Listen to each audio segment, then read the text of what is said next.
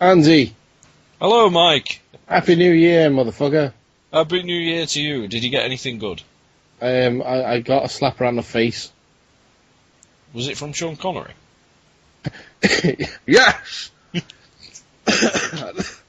That's a bark, that one. He's still Sean Connery with a cold. He's just karate chopped me in the throat. It's like, take that, no you one bastard. talks about me. I'll punch you in the fucking chin. Because that's what I do now. I punch people in the chin. I hate everyone. So, yeah. That is what happened for New Year's. What did you do? Slept, mainly. But I also considered the fact that my wardrobe is severely lacking. Ah, you did you? Which is handy, really. In as much as, you know, we do sell T-shirts for the Attack of the 50-Foot Nerds. Oh, yeah! Yes, we do. It's almost like this is some kind of planned advert. Yeah. Of course, yeah, I almost forgot, seeing as no one ever buys our shit. Yeah, buy our shit, motherfuckers. Oh, wait, no. Can't do it like that. No. Well, maybe people will now, because we've got a brand new lineup of T-shirts. Oh, yeah. Direct and new for 2012. Well, 2013. Some of them are. Some of them are different, yeah. You know. We kept the big sellers, you know what I mean? Yeah. Yes. It's we've got a brand new range of T-shirts for everyone. For anyone who's interested, please buy our stuff. Yeah. So let's tell them what they are. What's the first one, Andrew? Firstly, don't call me Andrew. Okay, what's the first one? Pope Habibi IV? That's better. I hate my slave name. The first one would be It was given to you by the white man. It was given to me by the threaded man. He came down in his cotton wear. Andy Unchained. He came down in his cotton wear and judged me for not having the appropriate clothing. You should be wearing the United Colours of Benetton, Andy. I said, fuck that. And he went, don't call me Andrew. I'm going to call you Andrew. And I was like, no, my name is Popa Najamina, whatever the fuck you said. Pope Hamimi IV. Pope Hamimi IV, that was it. And then he was like, for your transgressions you must wear a pashmina. And I was like, no, but I've got to record an advert soon. Tell me, Pope Hamini, do you know what a bounty hunter is? But, yes, I was oppressed. But now, no longer, because I've overthrown the shackles. Are you impressed? Yes. Yes. Yes, let's get back on there. Let's get back on track. And I yelled at him, my shirts will bear such slogans as Goosh! The first one's Goosh, is it? Yes. Oh, right, thanks for that, Pope Hamimi. So the first one's Goosh, right? Yes. And then the second one is, he be graveyard dead, which is what that guy is now! He suffered the wrath of Pope Hamimi. The third one... Is suffer the wrath of Pope Hamimi. The third one is Daniel Craig related. Alright, it's a new one. It is Marmalade. Marmalade. Like the Lady Marmalade. Voulez-vous coucher avec moi? So, soir. Okay then. Give me a marmalade. Doesn't say all of that, it just says marmalade. It just says marmalade, just the one word, marmalade. Doesn't fit on the t-shirt or that, you just have to pretend. and we thought we'd be sued if it actually had a picture of Daniel Craig's face underneath the word marmalade. Yeah. But I'm pretty sure no one has dibs on the word marmalade. That's fine. Yes. Yeah. Next. But you know what Daniel Craig says when he sees when he thinks of marmalade? He thinks, I'd jizz on that for $1. Aww, I don't want jizz on his marmalade. Who said he eats the marmalade? He just stores it somewhere. Okay. He's got like a warehouse like the end It was of like Indiana fucking- Jones, just full of marmalade. See, I thought it'd be like in the fucking Howard Hughes' jars of piss, just all lined up in a fucking glass cabinet. But marmalade. Yeah. That's what we store in the black glass cabinet. Yes. But you could also get a jizz on that for $1. Okay. And also, you can get, going from one Bond to another, you can also get, I've got sexy hands! Sexy, sexy hands. Because He does. we do. Yeah. And if you've got sexy hands, buy this t-shirt. Indeed. Dude. Yes, it's Bane again. Hello. And the next in our selection is another new one. Oh. This one, we talked about it before in an advert, because, after all, we're not horses. We're not horses. So No, now we're not. you can show the world that we're not horses. No. You can tell everyone else that you're not a horse as well. Indeed. Yes. You can also tell them that it's better to be safe than raped. And raped. We do not hold any... we don't hold any responsibility for if you offend anyone while wearing that shirt. We Yes. thought it was funny. And fuck it, it is. Yeah. So, we'll know if that... Well, to be fair, none of them have sold. But if that one doesn't sell, we know why. Yeah. Yeah, that'll do. That's another t-shirt, isn't it? Speaking of which, that is another t-shirt. So if you Okay. want to be like Stanley and stare at random objects and go, "Tenor lady, yeah, that'll do. Iron Man, yeah, that'll do. Black glass cabinet, yeah, that'll do." Then buy that shirt. And then whenever anyone asks you a question, you can reply with, "Yeah, that'll do." That will do, indeed. Or you could buy the next t-shirt on our list and just respond with, "Meh!" and be like Matthew Vaughn while trying to describe his screenplays. Or us describing Matthew Vaughn's screenplays. I'm pretty sure that's how that came about. I can't honestly remember. I don't know. I need to make another clip show, but I'll wait a few more episodes before I release it. Goosh. We're not going back to the list. That was just a comment. Yes. We are ending this list with the final t-shirt, which actually makes sense now that it's the new year, which is Tap Grandson. I like the Tap Grandad. We keep tapping granddads. I have to do that at work. Are you alive? Right, my bum. Yeah, he's alive. Yep. What are you doing? Wiping your bum. Right, mine. Not his. Wait your turn. Fuck's sake. No. We've been tap dancing on gravel since 2012. Not tap dancing on granddads. Though that is the special variant shirt. If you order now Ow, and answer the question, Ow, get off me back! Ow! if you order now and answer the question, do you like Marmite with your cheese? Then you can get the special edition tap dancing on granddads t-shirt. Because fuck it, why not? Tap dancing on granddads. Because it's a conversation piece, you can put the t-shirt over your coffee table and people can be like, "Do you really tap dance on granddads?" And you're like, "No, but I know whether Marmite goes with cheese." They'll be like, I'll "What?" just tap granddads instead. And you'll be like, "I don't know." Now wipe my bum. Fuck's sake. That's gonna be a new t-shirt soon. Just Wipe walking my- around with my bum written on your back.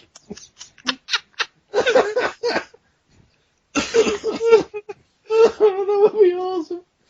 Just on the bottom, just like a brown streak going up.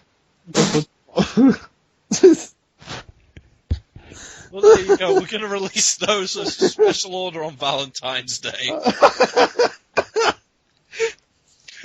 So if you've got a love of your life while you're listening to this, pre-order that shirt. Just so it'll have the 50-Foot Nerds logo. All these T-shirts have the 50-Foot Nerds logo on the front, by the way.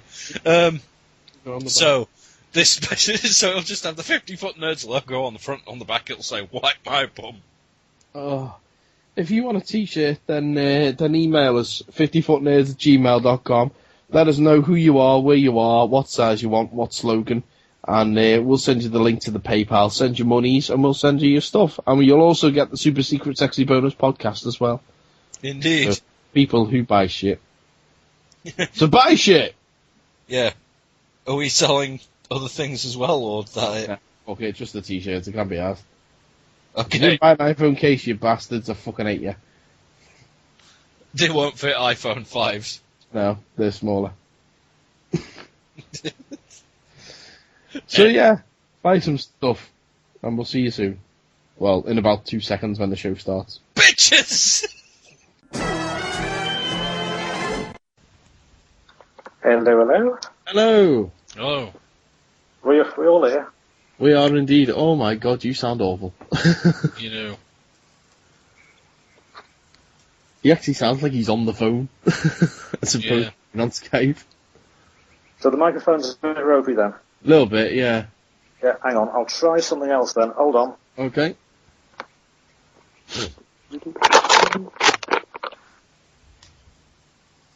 Oh yeah, dude, I was listening to, me and Connor were watching, Beetleborgs earlier, right? Oh, yeah. And you know, yeah. We were watching Beetleborgs Metallics, and these Astralborgs turned up, right? Right. And then there was an episode with the Lightning Borg turned up. Right. And as soon as he starts talking, he's like, "Oh yes, I've come to help you." And I'm like, "What?" Yes.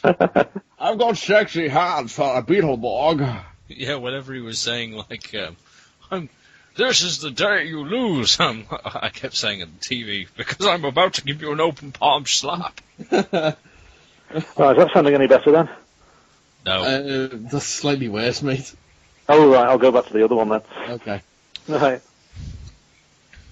Oh, God. Tom's calling in live from Nairobi.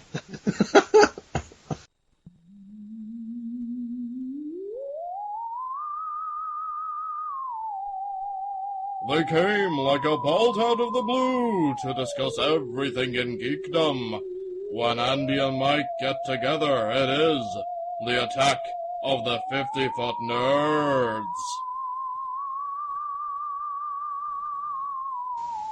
Hello, and welcome to episode 29 of the Attack of the 50-Foot Nerds podcast. It's our first one for 2013, so let's start as we mean to go on by having your regular hosts, which would be me. My name's Mike Bell, and my other co-host is... Hello, it is me, Danger Mouse. What's his name? Baron Greenback. Yes. I had guessed that you would guess that I would guess that you would guess that I would guess. But that's actually me, Nagini. Yeah, I was doing that. This is a frog. Yeah, me and Connor was we were watching Danger Mouse earlier, and I was doing the Baron Greenback impression, like, "Hello, Danger Mouse," and then I realised that's basically just Voldemort when he's out of cough drops. Or asthmatic. That's very true. That's very true. Well, you just heard Where'd that voice come from? Yeah, a super secret voice there, ladies and gentlemen. That would be, in fact, our current. He's our current button correspondent. No, he's our foreign correspondent from all the way out in the sticks. We've referred to him before now on the show, and he's finally here, ladies and gentlemen. Give it up and take your clothes off for Tom. Yay! It is me, Tom Riley. Oh, always current, always fruity. Oh, this is Tom, who I think we actually mentioned on an episode that me and Paul saw your arse about 6 months ago in my house. I don't remember that. I've seen it will be better. It will probably be a bit that you and Paul mentioned, and I was like, "Oh, you've edited that in," so I never actually got a chance to listen to it. I just remember that Tom was going to join us for Iron Sky, but never did. Yeah. Anyone who watched the actual video of us three, like the three core nerds, like actually in the same room at the same time for the first time, the phantom hand that points at the camera, that's Tom. Yeah, the voice behind the camera that goes, "Oh yeah," at one point. The phantom cameraman. The phantom cameraman, yeah. It's like a really shit episode of Scooby-Doo. Oh my god, it was Tom the whole time. What, where the whole time, at the very end, they just point, like, they just break the fourth wall and just point at the camera and go, "It was him!" And I'd have gotten away with it too if it weren't for you meddling nerds. Yeah. So we're back, ladies and gentlemen. It's 2013, which can only mean one thing. It's time for a bumper-packed edition of So Andy, how's your week been? Well, unlike some people, I actually have to work Christmas. Do apologise. Well, to be fair, I get to work at all. Mike. What? I was implying that you're a jobless hobo. Well, yeah, there is that. And it did say hobo. Yes, hobo. Yes. But, yeah, work, other than work and having Connor and a few presents, that's about it, really. Yeah, what did you get for Christmas? Let's have a look. You got a Savoy? What? I got a sausage. I got a sausage roll. The only thing is a horse ate it before I could do anything. No! Oh, not the sausage rolls again. Yeah. The Christmas was ruined. No one expects the sausage roll inquisition. Yeah.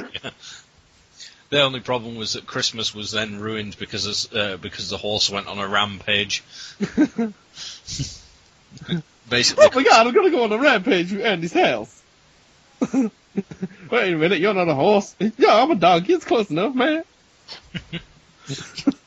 Get out. Don't touch me there, Andy.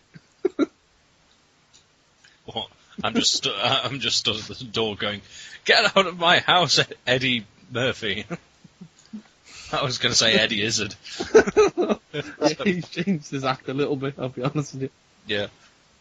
Oh my god, moths and shit. Moths? What? I don't know. I saw a comedy routine where he literally just started by going, "Moths!" And then everyone started laughing. So from that point on, every time I hear talk about Eddie Izzard, he goes, "Moths!" No matter what. Oh, okay. Yeah. I thought you meant Eddie Murphy was just like, "Hey, look, a moth!" No. Right. Dolph does. No. And, Connor's a bit sick, but other than that, that's it for me, really. You? Well, we'll move to Tom first. It's only like that we get the guest out the way. Tom, what you been up to this week, and what did you get for Christmas? Well, thank you. Yeah, Christmas. Money, chocolate, biscuits. Money. A few Doctor Who knickknacks. Nothing to break the bank, but all nicely received otherwise. Nice one. And how's your week been? Yeah, not too bad. Just keeping myself busy. Like it still. What was that? I only saw you last week, but whatever. Yeah, I think last week we were murdering a few tunes, weren't we? Yeah, oh no, I wasn't there, remember? I wasn't well. Murdering children? Well, you escaped then. We murdered quite a few... tunes, music. They went to karaoke. Oh, thank goodness for that. I was worried. Yeah. Now, we just scare away bats and anything with high-frequency hearing. But I believe you did, oh god, what was Paul was tweeting when everyone was singing, I can't remember what it was now. Stop in the Name of Love. Did you do some Scissor Sisters? I know you did that one time. Did that? Ooh. George Michael. No. I'm never gonna dance again. Guilty feet have got no rhythm. You're going to get raped. Speaking. You did what? Songs that could be spoken. Spoken songs. Yeah. Right, like Shatner. I was about to say, so a William Shatner version then. Well, I did William Shatner's Common People that time. Do you remember? When we were in that pub. Oh, that was good. Oh, Kinky Boots. Oh, you did Kinky Boots. Yes, that's your... The Avengers. Yeah. Well, what was that? What have I been up to? Well, I was ill over New Year. I'm dreadful with flu. Which reminds me, we need to do all the rest of the days of Christmas. Yes, that's why we finished the day 8. Well, we could say it was the 8 days of Nerdika. It's Hanukkah for nerds. That's 8 days, isn't it? Yes. There we go, we got away with that. Let's see. Well, there's still a Nerd Thunderbirds thing that you've sent me that's like needs doing stuff with. Yes, it needs a little bit of an edit. Yeah, me and Paul recorded a Thunderbirds commentary. Yes, it was actually Paul put that in the Dropbox, not me. But, whoever put it in the Dropbox, they were like, I just got to a point where it's like, oh well, pause. Oh, what point can we go back? Don't worry, we'll cut it out. And I'm like, no, I can't. I don't have the episode. What are you on about? Oh, it's alright. Well, I'll figure it out.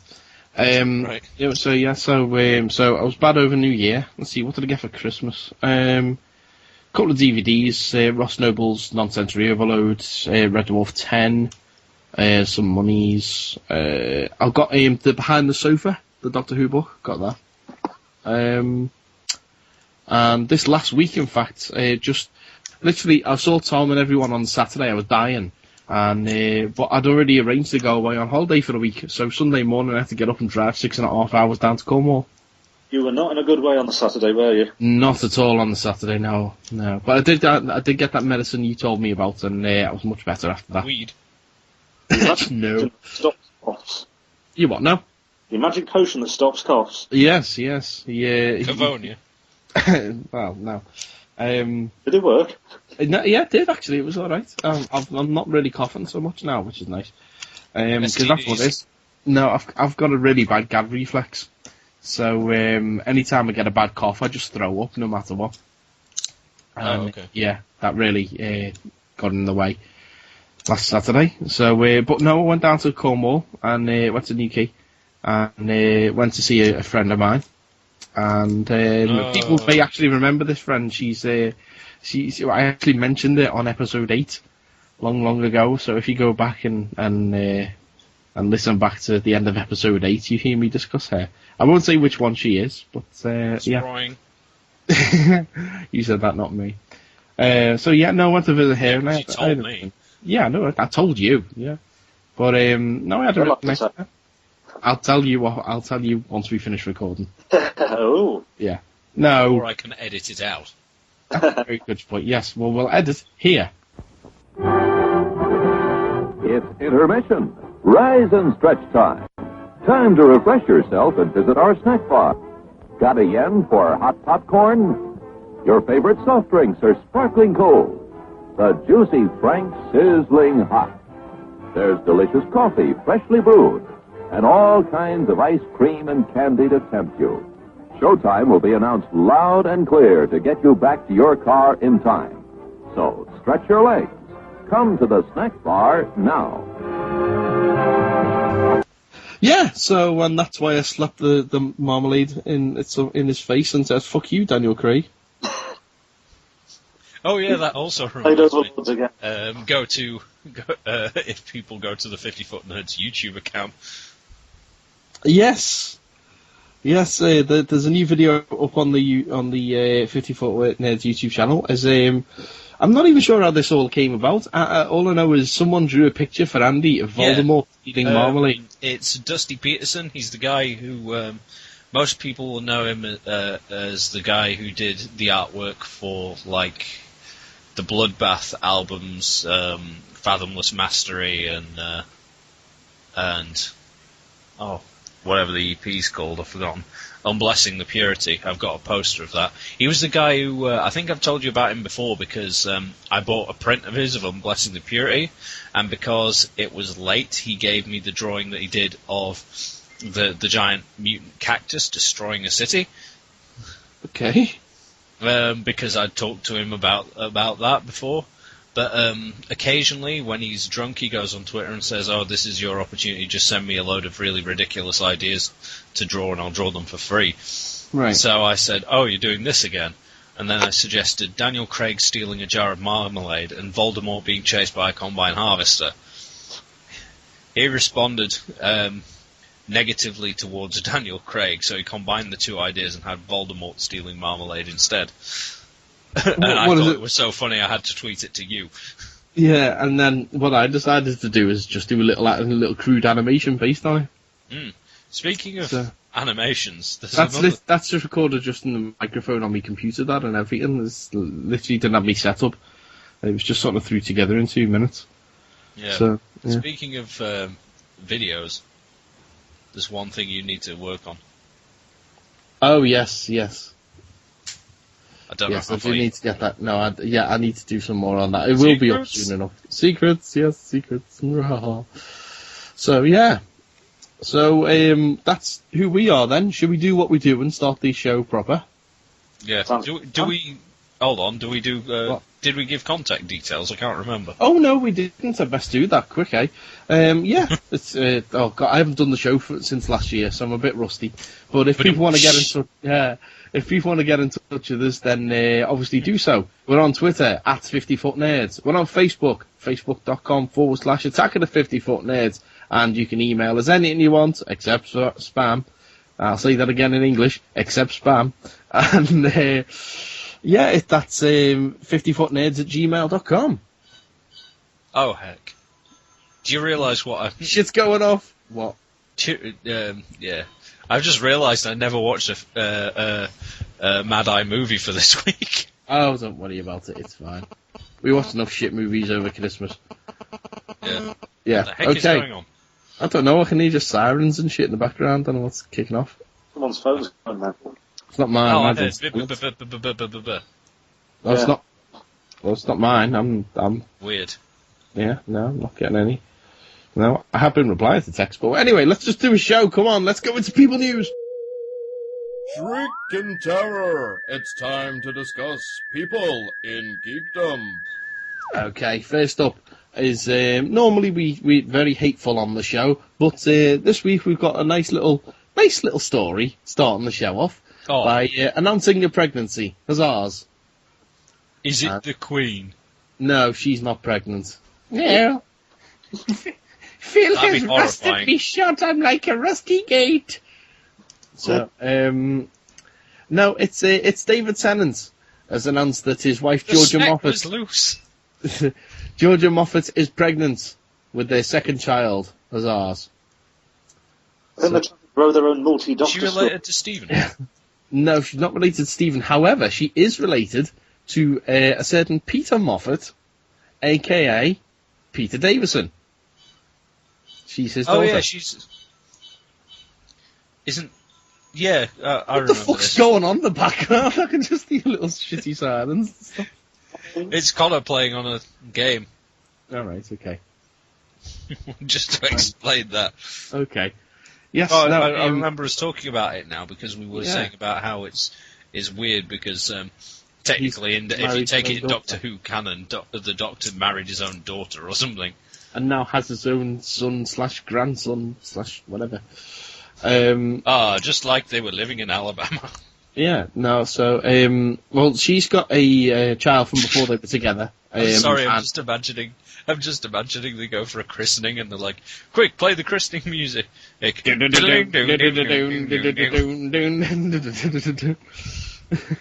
just play the Doctor Who theme combined with dueling banjos? Yeah. It's like, who is the god? Who is the godfather for this child? The door of the church swings open and 10 men all come in there wearing various costumes and what have you. It's I will be the godfather because I'm technically the father already. No, you're not. You're John Pertwee. Yes, but whatever. What about that fella? Smash him in the face, too. What about that fella? I don't know. He's just doing the Thriller dance at the back of the room. It's zombie William Hartnell. Run for your lives. What's that?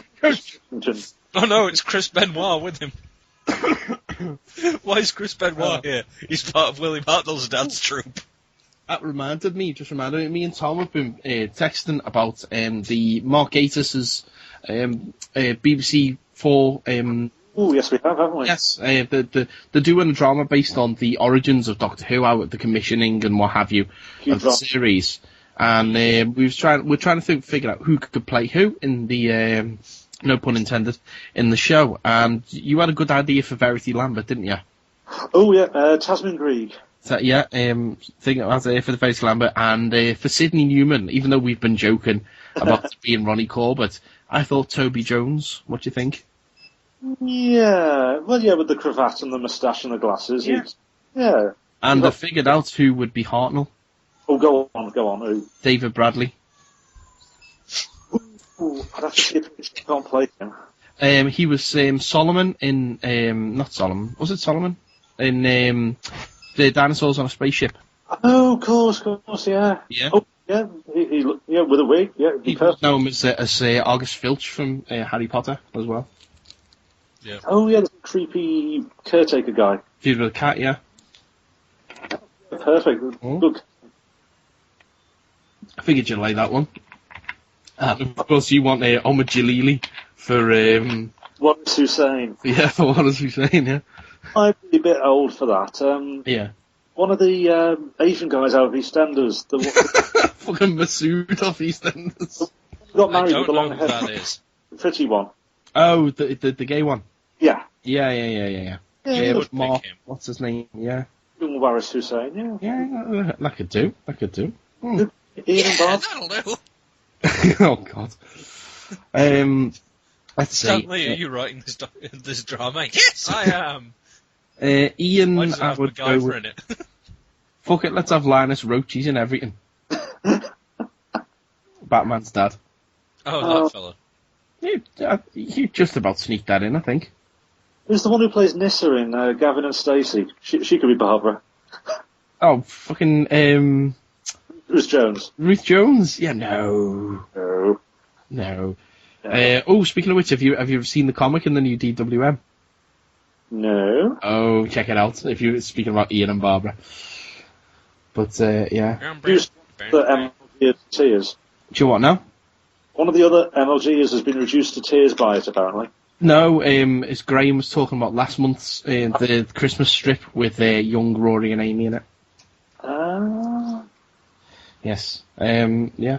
No, let's see, who would be... I can't think of who would be Barbara. We'll have to get back to that. I have to get back to that. And what about Susan? Oh, it was kind of impish and annoying and keeps breaking her ankle. That one again, you'd have to leave that with me. I can't think of anyone off the top of my head.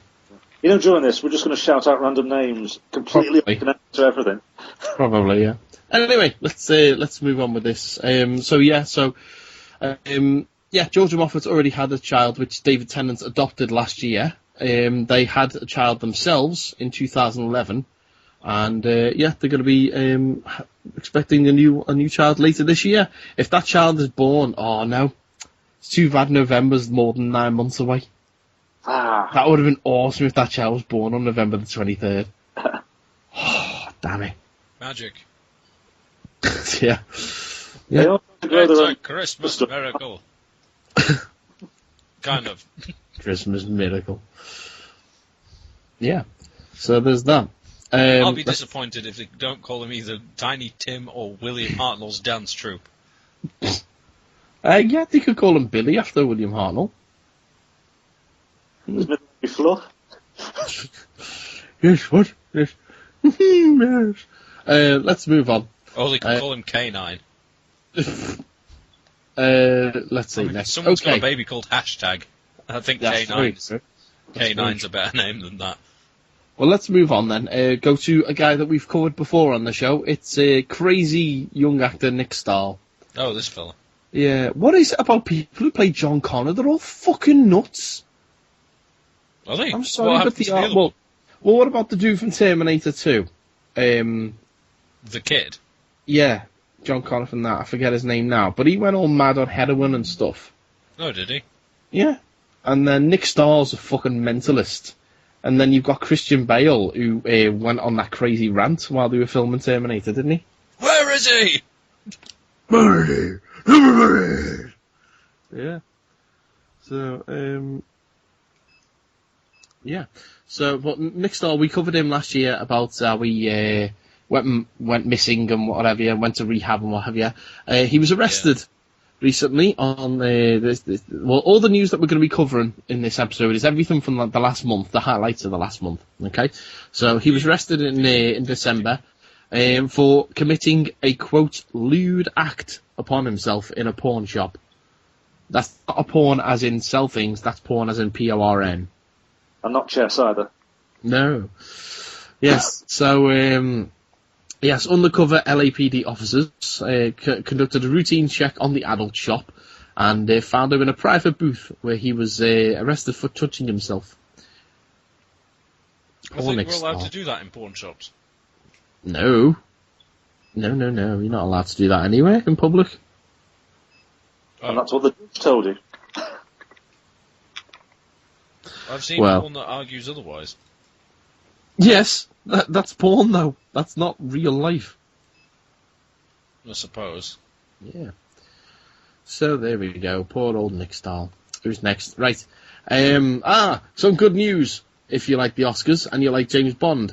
There's rumours that they're going to bring on every James Bond onto the stage. For sorry. I just imagined the scenario that we were talking about.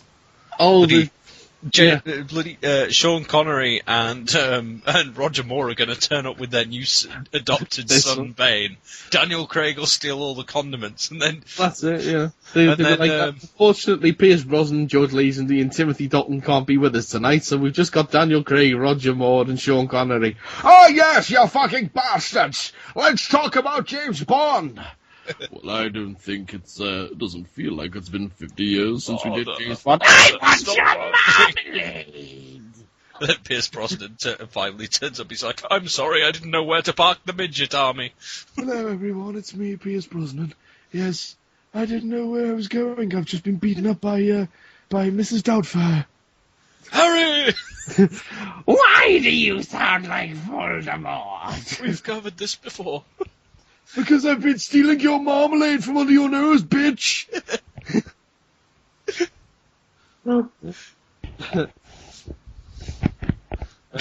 No, I mean, it's a good idea to give them a bit of a celebration, but come on.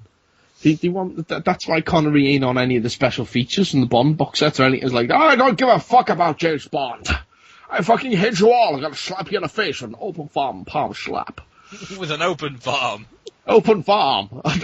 That's where I keep all my sheep. I don't lock the gates. Farm. What? I hit you in the face with an open farm joint of pork. Open farm joint? What the fuck are you on about? I don't have a clue. He's just gone slightly, is it? Yes, Dad, I think he has. Who the fuck are you? You don't sound like Bane. I know, but I've lost the voice. It's been a while since I've had... There he is, I found him again. It's been a while. It's been a while. What the fuck was that? Whatever that song is. It's been a while. No, it's been a while. You sound like fucking... Depends who's covering it. Sound like a fucking dude from Moody Blues or whatever it is.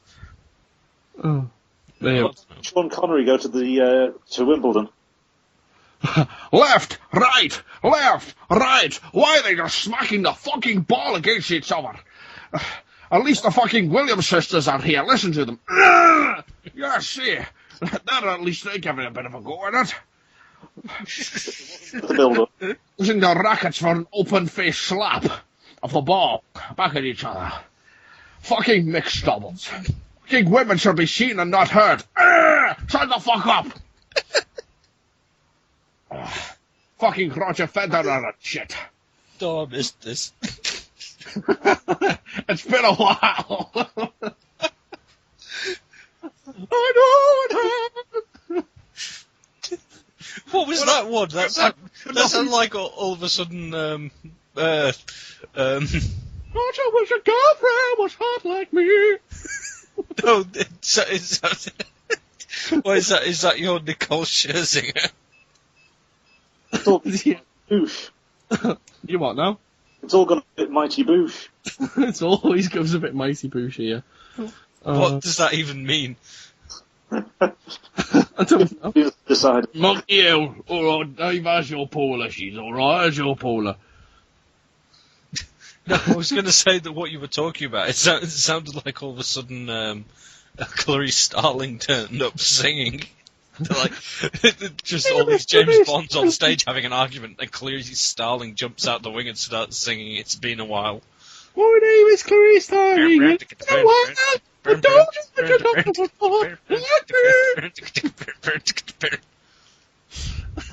about. No, I fucking don't. Shut up. Don't be too harsh on the girl. She's just voicing an opinion. Ah, fuck you, Roger Moore. We're getting a divorce. Maybe when I steal all the marmalade, why they have a fight with each other. Too late, I already stole it. Bollocks. So yeah, all the James Bonds are going to be on the stage. Come with me, George Lucas. Yes. So I thought you were going to sing the fucking Willy Wonka song then. Come with me, and you'll see a world of pure marmalade. It's the only marmalade waterfall in the world. Ooh, it's like such a bad euphemism. You wouldn't imagine the speeds we have to make it go to actually flow properly. If you stand under there, your head will be caved in. The pressures of beyond human comprehension. Get away from my marmalade, Augustus. But I love your marmalade. It's very nice. Wait a minute, you're not Augustus Gloop. You're Camp Hitler. Yeah, you found me. Shit, I knew I should have won the fat suit. Plug. Oh God. What were we talking about again? I'm not entirely sure, but I knew as soon as James Bond. I knew as soon as I found this story, I knew this would be right to go off on crazy voice tangents and get us back in the spirit for 2013, the year of the nerds. Oh yeah. Yeah. So, next story. Who's next? Right, okay. It's time to, play the sounder, Andy, because it's time to discuss Charlie Sheen.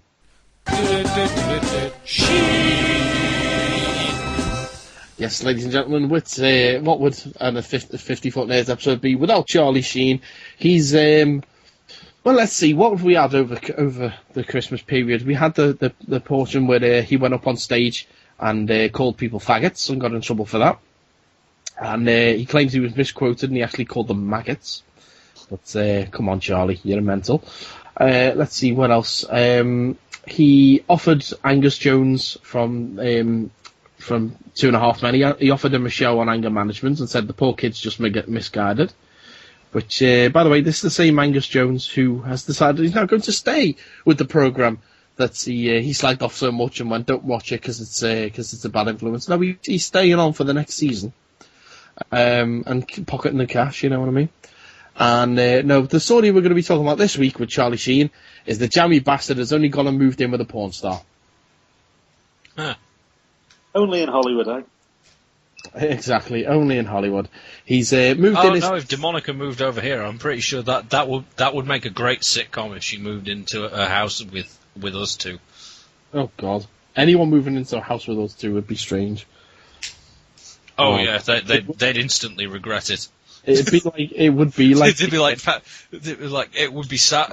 I just imagine a scene where we're sat at the dinner table and like, quick, pass me the tomato sauce. You can't, it's mine. Someone give me peas. Did somebody say peas? The Yetis are after me peas. Calm down, future Andy. Never! I've already got the peas from the future. Marty, you've got to come with me. It's a bunch of peas. Something's got to be done about your peas, Marty. Yeah, so there's that. But Charlie Sheen has moved in his girlfriend to his LA mansion.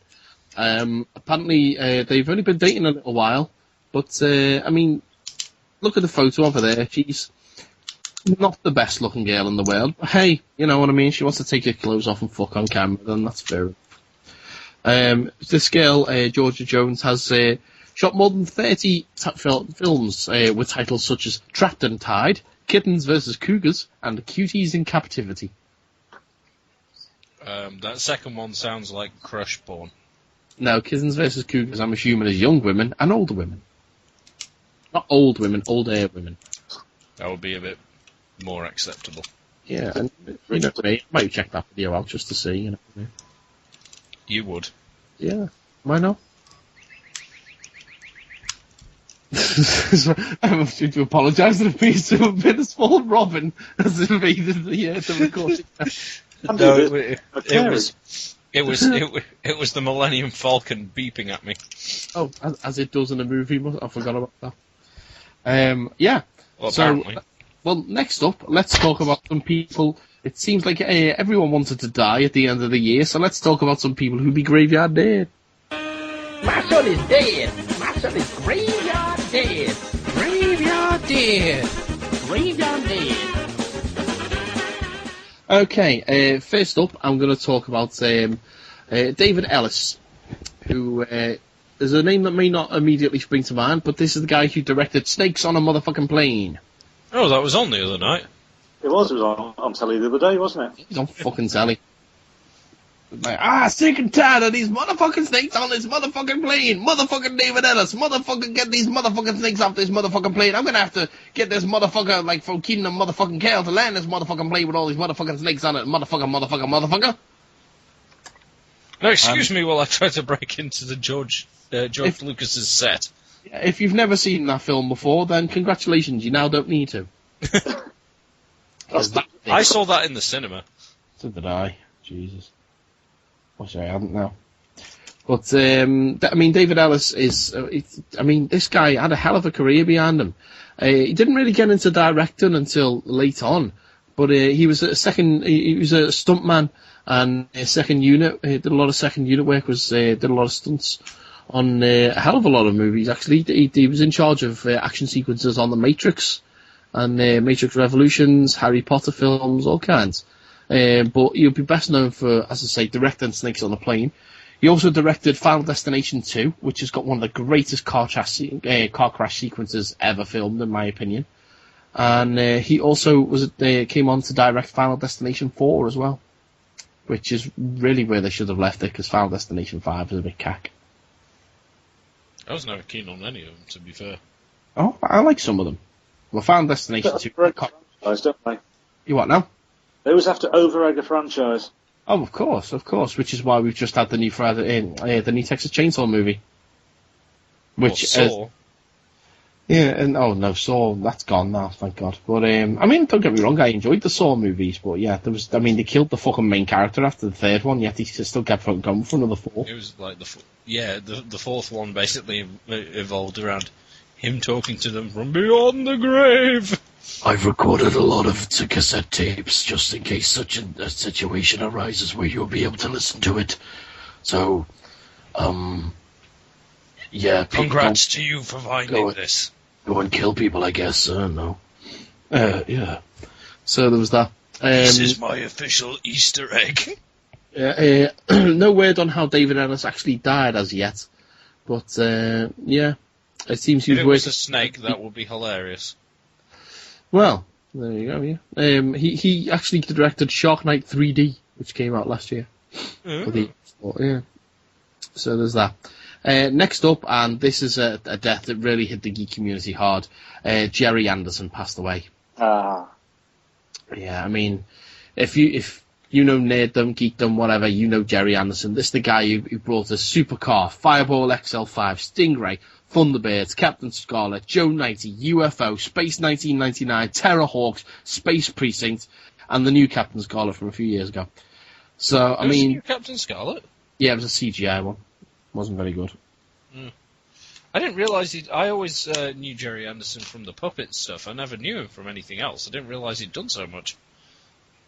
Well, yeah, I mean, that's all puppet stuff, apart from UFO wasn't puppets, I don't think. And Space Precinct, obviously. But I thought Space 1999 wasn't. Oh, no, sorry, no, that's not either. He did Torchy the Battery Boy as well. People, yeah. Things, wasn't it? You what now? That was one of his first things. Yeah, one of his very first things, back in 1960. Now, Jerry Anderson, I say, died at the age of 83, died on Boxing Day, so at least got to see Christmas. But, I mean, he's been suffering from Alzheimer's and dementia for quite some time now. And, I mean, to say, like, he's finally out of any misery, anything like that is, kind of an understatement with those kind of conditions. Obviously, Andy, you've got some experience of them or what have you, it's not fantastic. Yeah. So, but yeah, no, he's certainly a guy who will be missed. I mean, without some of Jerry Anderson's creations, we wouldn't have a lot of things that we have today. I mean, Team America wouldn't exist without Thunderbirds and what have you. So, it's very sad to see him go. He definitely influenced a generation. In fact, multiple generations, I would say. And Thunderbirds is still awesome. So I need to get a DVD of Thunderbirds. I need to get that and of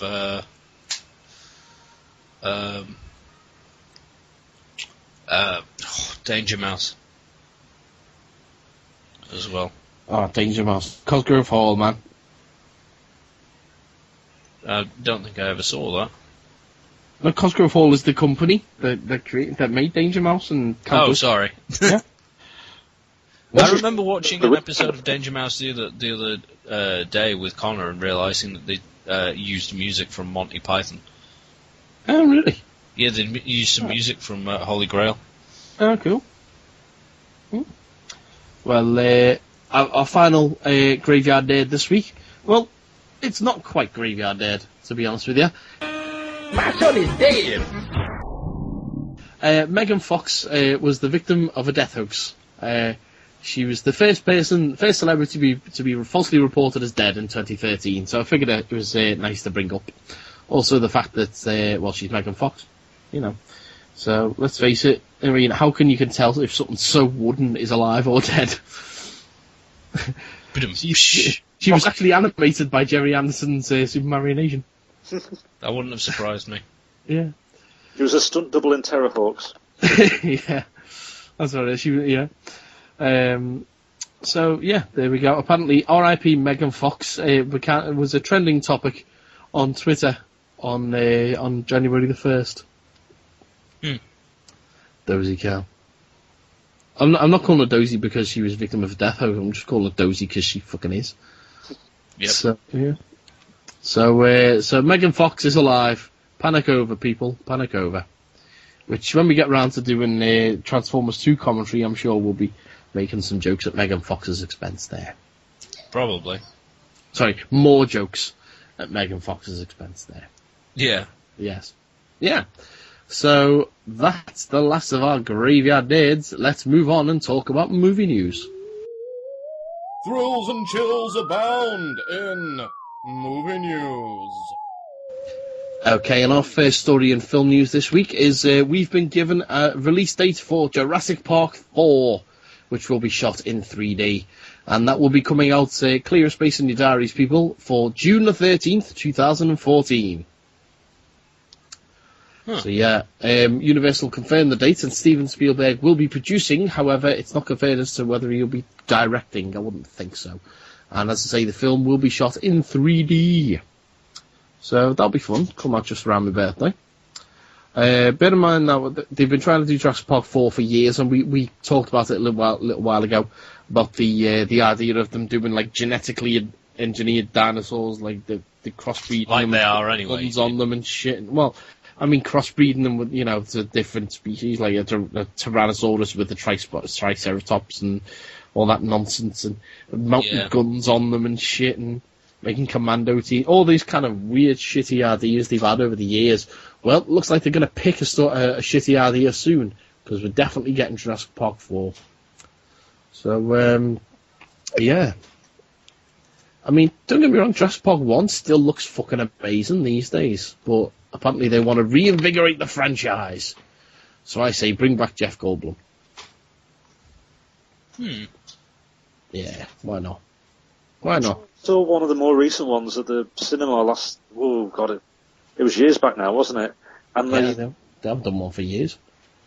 It was something like they brought one of the dinosaurs back to the city, a la sort of King Kong style. Oh, that's Jurassic Park 2, The Lost World. That's God, that must be about 1996, I think that is. Probably, and that's probably the last one I ever saw. Oh, wow. So you've not seen number 3 then, with William H. Macy in it? Doesn't ring a bell. No, he's actually quite good in it, Bill Macy, I've got to say. But, yeah. He's usually quite good in the things he's in. Yes, he's very good. He's very good. And who else is in it? It's not Anne Heche, is it? It's the other one. Oh, I forget now. But whatever. So Jurassic Park 4, that's coming out. Okay, our next piece of news is some casting news for Sin City 2: A Dame to Kill For. Robert Rodriguez has announced a couple of new actors to join the movie. One of which is going to be Josh Brolin, who has signed up to play the character of Dwight, who was in the first movie. That was played by Clive Owen in that movie. However, people thinking, well, how the fuck's that going to work? It's actually mentioned in Sin City 1 that Clive Owen's character has had plastic surgery to change how he looks, and Dame to Kill For is a prequel to that movie. Oh, weren't we debating on that anyway when they said that he was going to come back and play the same character, and you were like, well, how? Because he had plastic surgery to... Yeah. Well, I think they had to kind of... I think if they'd got Clive Owen back, they would have played it off as a sequel. But no, they've actually gone the correct way about it and doing it as a prequel. So he's our first bit of casting on that. The second is, the man of the moment, Mr. Joseph Gordon-Levitt. Who's going to be in OI. This guy who's in fucking everything. And let's face it, to be fair, he's on such a roll at the moment. He's got his pick of the movies. He's going to be in it as well as a character by the name of Johnny, which is a brand new character, which was apparently originally offered to Johnny Depp, but he turned it down. But this is a new character, not featured in any of the books, so no one has a clue where it could go, really. Yeah. So, I saw Looper for the first time a few days ago. Have either of you seen it? No. No, that's the one where Bruce Willis travels back in time and almost gets shot by Joe Gordon-Levitt, who's his younger self and what have you. Oh, that. I've seen the evidence for it, yeah. And then it's got this weird kid with... It goes a bit weird, I'll be honest with you. Kid with what, sorry? There's a kid who's got psychokinesis, telekinesis, and what have you. Ah, okay. Yeah, can move shit with his mind, yeah. It's an enjoyable movie. You don't have to work too hard to worry about it. Although they did all this special effects makeup on him to make him look to make Joe Gordon-Levitt look like Bruce Willis and stuff. They did something with his nose and with his brow and everything like that. However, doesn't help the fact that one of... Oh, hello, what's going on there? Only me. Oh, okay. All right, well, don't do that. Go away. Stop it. Done. Okay. No, it's not. Still there. What the heck? I can hear myself. Stop it. Oh. Okay. We still there? Oh, now I'm being attacked by a spaceship. What's going on? We're fixed. Okay. No, it doesn't help the fact that one of the guys is left-handed and the other guy's right-handed. Yeah. And also, the earlobes are different. One guy's got, normal earlobes and the other guy's got, earlobes that are attached to his face. Who's that? Where? On between Bruce Willis and Joe Gordon-Levitt. Oh, okay. Yeah, their earlobes are different, so, they didn't quite get it all correct, but whatever. Anyway, What's next? Okay. Next up is I've got some news about the new Godzilla movie that's going to be coming out.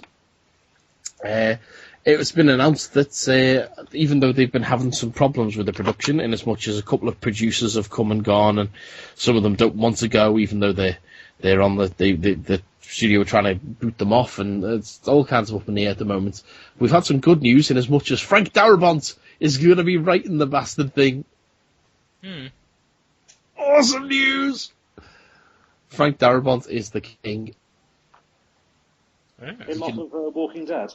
Him off of Walking Dead. Him also off of The Shawshank Redemption. The Mist. Also wrote, if I'm not mistaken, Nightmare on Elm Street Part 3, which is the best one. So, this is Frank Darabont, who is awesome. So, yes, he's going to be rewriting the script that they've already got and making it good. So, yeah. There we go. Let's see. What else? Also with that movie, it's been confirmed that Godzilla will be fighting 2 separate monsters. So we're going to have 3 gigantic creatures rampaging over Tokyo or New York or wherever they set it. And the rumour is that they want Aaron Johnson, kick-ass himself, to play the male lead in the movie.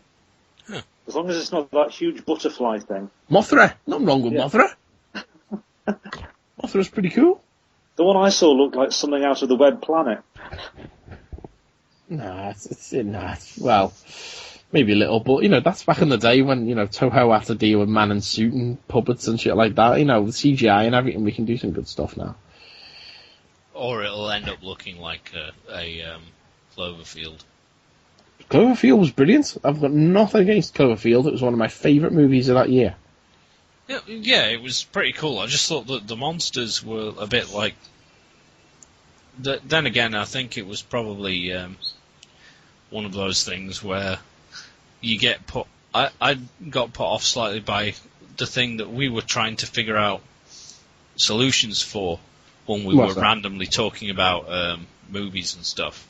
What's that now? I'm pretty sure that whole thing is like, why are they still recording? Oh, yeah, I suppose. But and the monsters just looked... I don't know, there was just something about them it didn't click with me, but the movie itself was pretty cool. It's just the giant monsters were a bit weird. Although I'm hoping that'll be changed by what's Guillermo, or however you pronounce his name, Del Toro's new film. Guillermo del Toro. Yeah, Pacific Rim, that's it. No, I think I could probably accept the monsters in that just because they've got giant robots punching them in the face. Yeah, well, I mean, don't get me wrong, Pacific Rim looks good and everything, but I'm just not excited to it. We'll wait until it comes out and then we can judge it. Yeah. So that's Godzilla. Next up, those of you who wanted to see Carrie in a couple of months' time, tough shit. It's getting pushed back till October. It was originally supposed to be coming out in March, around the same time as the Evil Dead remake or reboot or whatever we want to call it. But it's now been pushed back to October so they can stick it out around Halloween. I was going to say that makes most sense though, doesn't it? Well, yeah, horror films should come out around Halloween, but unless they're Evil Dead, in which case it's like... Personally, I think the buzz around Evil Dead, I think this is the reason why. I think the buzz around Evil Dead is so good that they don't want it overshadowing Carrie. Yeah. Because they're 2 big names in the world of horror, Evil Dead and Carrie, and I think if Evil Dead's still doing gangbusters at the box office, Carrie might be left out in the cold. So I think that's why they've moved it. Yeah. So, I'm still looking forward to that. The one trailer that we've had of that was pretty cool. So, but Evil Dead just looks amazing. They should have, what's his name, William Katz's dodgy 70s permanent. Everything's dodgy in the 70s about the original one, but it's still a good movie. Now, speaking of Evil Dead, actually, me and Andy were talking about this on the phone yesterday. About, it's as good a place as any to talk about it. They did release a new trailer for Evil Dead over the last couple of weeks, but it's very similar to the trailer that they brought out already, so we didn't bother putting it in as a commentary for this week. But it still looks brilliant, don't get me wrong. No, we were talking about Bruce Campbell mentioned on Twitter. Someone asked him, "Do you think that this new Evil Dead could be the start of a new trilogy?" And he went, "Absolutely. That's what we've kind of got. We're hoping it's planned for. So we could have a new Evil Dead trilogy on our hands." But the main thing that me and Andy were talking about is that Ain't It Cool News did a set visit, and the article for that just went up recently, and they mentioned that at the side of the cabin was the classic. The Delta 88 1973 Oldsmobile, which is Sam Raimi's car, which is the same car from the original Evil Dead movies. That is parked by the side of the cabin with about 20 years worth of, leaves, shit all over it and overgrown and all this kind of thing. Now, the only reason that would be there for the last 20 years, if it is Ash's car, is because basically in Evil Dead 2, that gets sucked back in time with Ash to the 1300s. The only reason that would still be there is if we're going from the end of Evil Dead 1. Because the way to look at it is Evil Dead 1 exists in one universe, and Evil Dead 2 and 3 exist in another universe. Because Evil Dead 1, Ash goes to the cabin with 4 other friends. In Evil Dead 2, he goes only with his girlfriend. And Evil Dead 1, at the end of that, Ash dies. In fact, that's the whole reason why Ash is named Ash, is because it was a joke with Sam Raimi, is the fact that everyone dies at the end of this. The only thing that would be left of the main character is his ashes. So that's why he's named Ash. But, yeah, exactly. So if Ash dies at the end of Evil Dead 1, then of course his car would still be there 20 years later, if no one moved it at least. So the way to look at this is the new Evil Dead is a sequel to Evil Dead 1. Mm-hmm. So it's not technically a remake. I mean, obviously there's going to be stuff like, why is the book's down in the bottom of the basement of the cabin again and all this nonsense, but, whatever. You can easily get around that. Has weird powers. It could have just done that itself. Well, you could get around that by saying someone else came and bought the cabin, and they just stuck all the shit down in the basement, or maybe they succumbed to the Necronomicon or whatever. We don't know until we see the movie. But all I can say is I can't wait for Evil Dead. Cannot wait. So yeah. Anyway, that's enough about that. Next story is good news for X-Men Days of Future Past fans. Wolverine has been officially confirmed. Hugh Jackman will be in the movie. Ooh. Which hopefully that means we'll get to see future Wolverine with one of his hands chopped off, and his brown leather jacket and his grey hair and all that nonsense. So not cartoon future Wolverine where he's just a skeleton in a jar. Well, that's later. I say a jar, but that's later in the Days of Future Past. Because in the cartoon Bishop fucked up. Yeah, anyway, that's Days of Future Present. Yeah, he arrives and he's like, I slept too long. Pretty much, yeah. So Hugh Jackman will be back for that. Huzzahs! Which pretty much everyone seems to be coming back, which is quite nice. Mm. So, I mean, for non-comic book fans, this is sort of like set in it's like a dystopian alternate universe, isn't it? That's right, yeah. The future, according to the X-Men universe, is basically, this is a really condensed version of the storyline. So mutants have been outlawed and it all gets terribly bad? Yeah, there's the Mutant Registration Act, which Senator Kelly is pushing through, which is actually the whole thrust behind X-Men 1, is that he wants to institute the Mutant Registration Act, so Magneto and his bitches go along and go, no. And they end up killing him, which kind of fucks things up for this movie, but whatever. No, is in the comics, Senator Kelly wants to do that, so, and in doing the Mutant Registration Act, they build the Sentinels, and the Sentinels end up taking over the world, and it's all the mutants are outlawed, and this, that, and the other. So Bishop has to come back in time, and actually, no, it's not even Bishop, sorry, it's Bishop in the cartoon. In the comics, it's Kitty Pryde. But she sends it with help of Rachel Summers, which is the future daughter of Scott Summers and Jean Grey. Kitty Pryde's consciousness is sent back in time into a younger body, and she has to avert this from happening so that the future changes and not everyone's crushed under oppressed rule from the Sentinels and what have you. In the cartoon, they changed it and made it Bishop coming back in time, but he was followed by Nimrod, which is an advanced version of Sentinel, and whatever. So, sounds pretty foolish to me. It's, So it's a very complex and involved storyline. But as I say, they've already killed off Senator Kelly, so it's a bit tricky.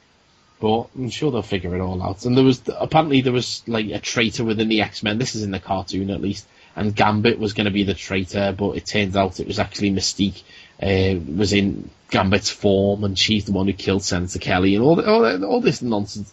All gets a bit complex. Yeah, it's very complex. The butler did it. Yeah. So it was Alfred the entire time. It's going to be interesting to see how they get round it all and everything. But we'll see. We'll see. Anyway, speaking of Alfred with the X-Men, that was one thing. When I was looking at comic stories, I noticed one where Rob Liefeld released drawings he did for, like, full pencil drawings he did for a fill-in issue of New Defenders that got cancelled, and he was showing the pictures, and the character Warlock, who can turn into, like, machines and stuff. Yeah. Apart from the fact that he drew him, he drew him kind of acting like a Tex Avery cartoon, so there was bits where he's jumping up and his eyes are popping out and stuff. Well, Warlock is he's part of the what's the name of the fucking hell. He's an alien creature. He's part of the Phalanx. That's it. He's part of the Phalanx, but he's a separate part. Basically, the way to look at it is the Phalanx are like the Borg. Yeah. Except Warlock is separate from that, in as much as like Seven of Nine was separated from the Collective. Basically, he's that. He's like some kind of living mass of computer electronics. Ah, fair enough. Well, he's acting like a Tex Avery cartoon in this Rob Liefeld thing. And then there's one bit where, to help them get away from something, he turns into a car. He doesn't turn into any car. He turns into the Batmobile. Nice. In a Marvel comic, he turns into the Batmobile. Well, that's not the strangest thing that happened with Warlock. There was another guy on the team, Doug something. He was a young kid. He was like a young teenager, and he was Warlock's best mate. And Doug died. He got killed in action. Okay. So what Warlock did is Warlock basically assumed his identity and became like a living computer version of Doug, and changed his name to Doug Lock, which is a stupid fucking name. This sounds kind of weird. Yeah, it was. But it was fun, so don't worry about it. Yeah, so anyway, next up is it's award season, which means the shortlist for nominations have been announced. So, so we're going to discuss the Oscars, the BAFTAs, and the Razzies. Yes, so we're going to make notes about who our predictions are and what have you, and we will see if we're right come the actual ceremonies. Who's taking notes? Go on, I'll do it. Hang on, let me get a notepad open. And God, Andy, you make me do all the work, don't you? Let's see. Oscars first up. Okay. Open the link for this one. Okay. Right, Oscar nominations. Now, bear in mind, there's going to be a load of categories that we're not particularly asked about, so we'll kind of skim over them. But first up, we've got Best Picture. Okay. Okay. Now, the nominees are Beasts of the Southern Wild, Silver Linings Playbook, Zero Dark 30, Lincoln, Les Mis, Life of Pi, Amour, Django Unchained, and Ben Affleck's Argo. The only film in that list that I've seen is Silver Linings Playbook. Is Argo actually released over here yet? I don't know. I think it has been. So I was going to say, if not, then it makes it kind of hard for us to choose. Yeah, I mean, a lot of these films I've not. In fact, I don't think I've seen any films on that list.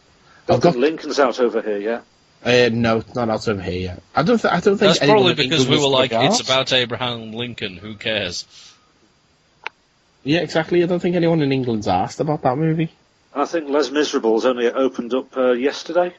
It's been out now. I think it's been about a week. My sister and her fiance went to see that for their 1 year anniversary of being engaged. I commented on how ironic that was. I don't see the point of that whole thing, because it's a film literally called The Miserable People, and everyone dies. I mean, spoilers, but everyone dies in it. They die. Yeah. Oh, do you know what would be? We should make. We need to make the 50-foot Nerds cut when it comes out on DVD. and upload it to the fan thing where they all die, but then at the very end it'll just be like a Monty Python style animation where all the characters are dancing with William Hartnell. I've seen someone's been doing, they do like honest movie trailers and all that kind of thing. Someone's been doing honest movie posters for these, and the one for this, it's the title is "I Dream the Dream," and in brackets underneath is "the only song you will know out of this." and it says like instead of the names at the top, it doesn't say like Hugh Jackman and Anne Hathaway. It says Wolverine, Gladiator, and Catwoman, and the one with the big eyes from Mamma Mia. That's what it says, yeah. So, what are we thinking then? What's going to win Best Picture? I think the bookmakers are saying Lincoln's in with it. Well, between Lincoln and Les Mis, they're saying. Oh, I was presuming it'd be Life of Pi or Django. Well, it's probably not going to be Django Unchained just because everyone's seems a bit like about that. But I reckon, I don't know. I'd probably go with everyone going with Life of Pi. Are you going to go with that, Anne? Yeah, I mean, personally, the only one I've seen is Silver Linings Playbook, which was pretty cool. But I mean, I enjoyed it, but I have absolutely no idea what Zero Dark 30 even is. That's the We Killed Bin Laden movie. Oh. That's what they should have called it. Yeah. Well, they were making it anyway, and then they killed Bin Laden, so they changed the ending. So, because it was all just going to be about the hunt for Bin Laden, and then they just changed the ending once they actually killed him. Oh, okay. Well, wouldn't the more sensible title for that film then being "We Got Him, America, We Got Him"? Because that seems to be everything I've ever heard about that situation ever. Everyone just says, "We got him, America." It's like, no, you didn't get him. That guy did. Yeah. I personally think, let's see, off that list, I think Tom's right in as much as you were going to be Lincoln on Les Mis. I'm going to go with Lincoln. I'm going to go with Lincoln because it's Spielberg, and Spielberg wins fucking every day.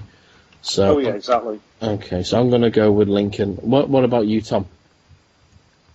Yeah, I mean, like you say, we haven't seen most of them over here yet. But, yeah, I mean, we've got to guess for half of this stuff.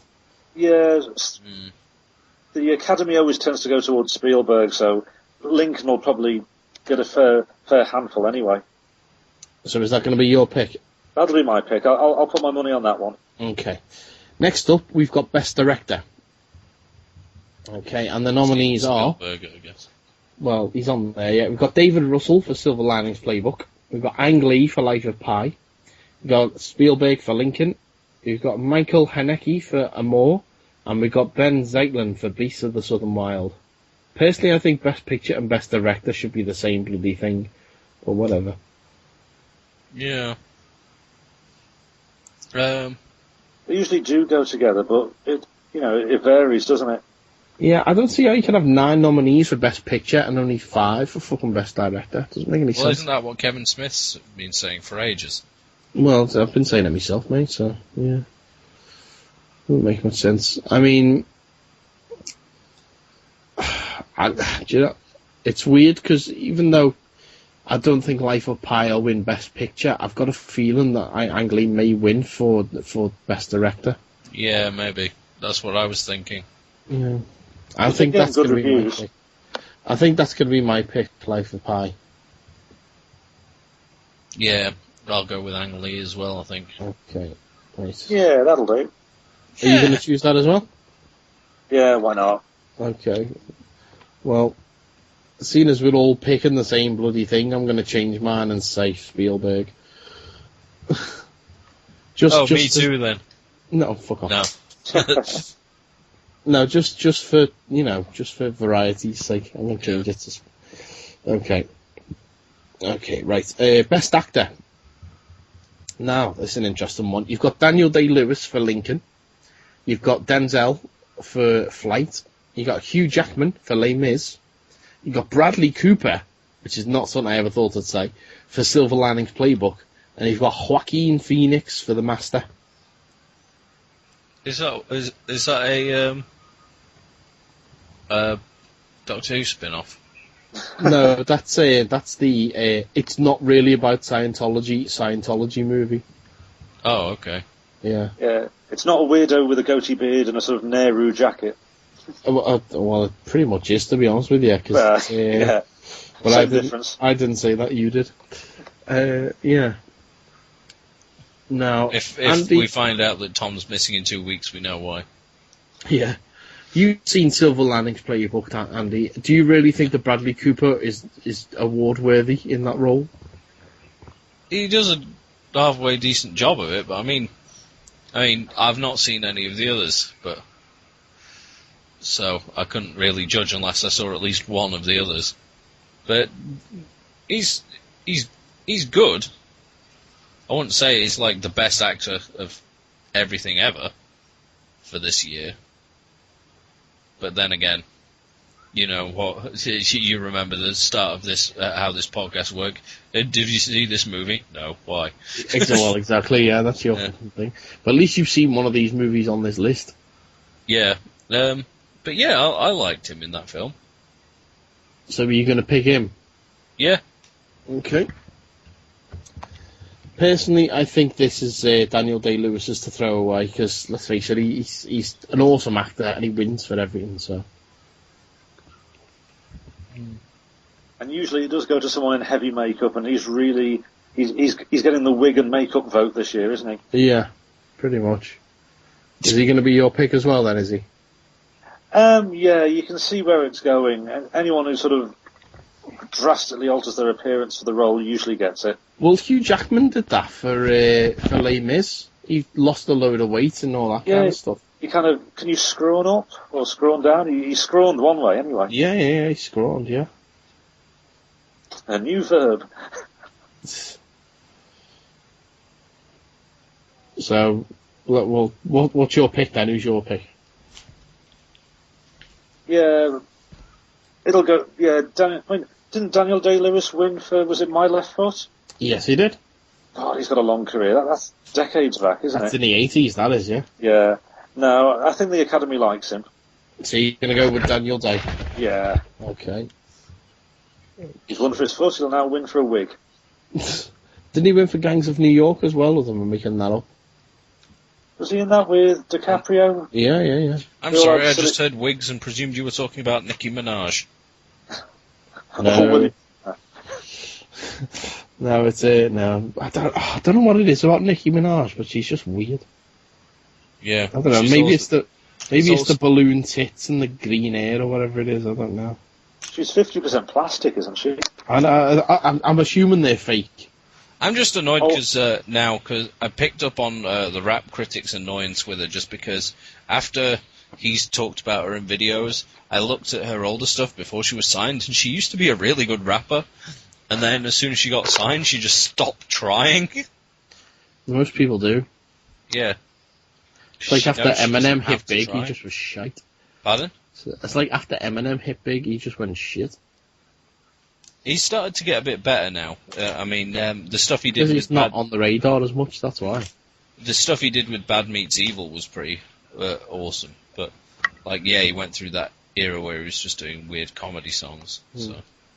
Well, anyway, back to the task at hand. Then we've got Best Actress now. Okay, so we've got Naomi Watts for The Impossible. We got Jessica Chastain for Zero Dark 30. Got Jennifer Lawrence. That's the young Mystique, and Air from the Hunger Games for Silver Linings Playbook. We've got Emmanuel Riva for Amour, and we've got a really fucking awkward name that I'm now going to try. I knew you were going to trip over that. The newsreader on News 24 didn't even attempt it the other day. I'm going to say Quivanzane Wallace. You did better than the newsreader did. She just said, "Come on!" Begins with a Q. Quivanzane Wallace, yeah, that's it. For Beast of the Southern Wild. I'm going to go with Jennifer Lawrence again because that's the only film I've seen. Okay. Tom?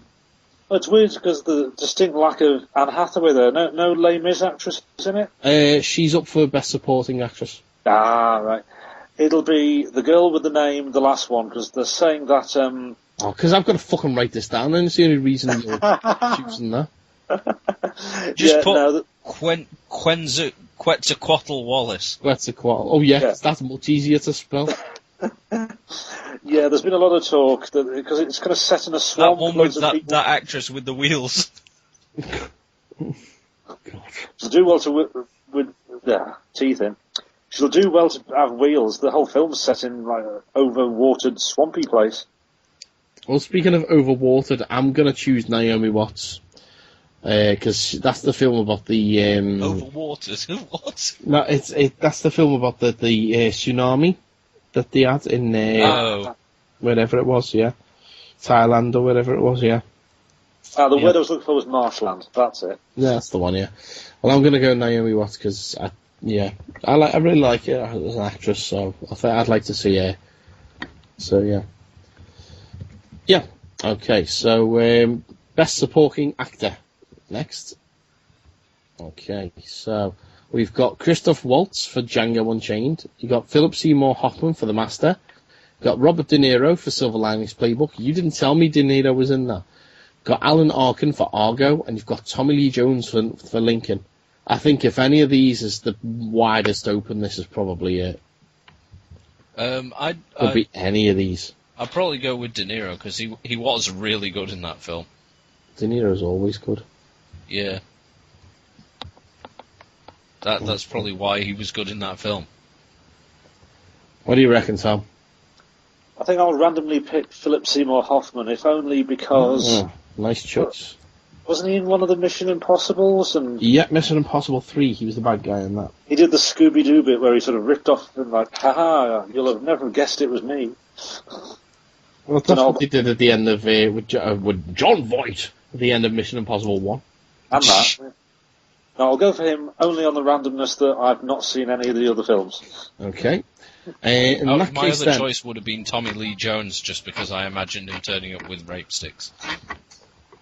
Okay. Well, unfortunately, you can only have one choice, and you've already chosen De Niro. I am going to go with Alan Arkin. I'm going to go slightly out of left field here, but he's a great actor, he's a very underrated actor, and I've got a feeling if it's going to pick up anything, it's going to be this. Just because the field is so wide open.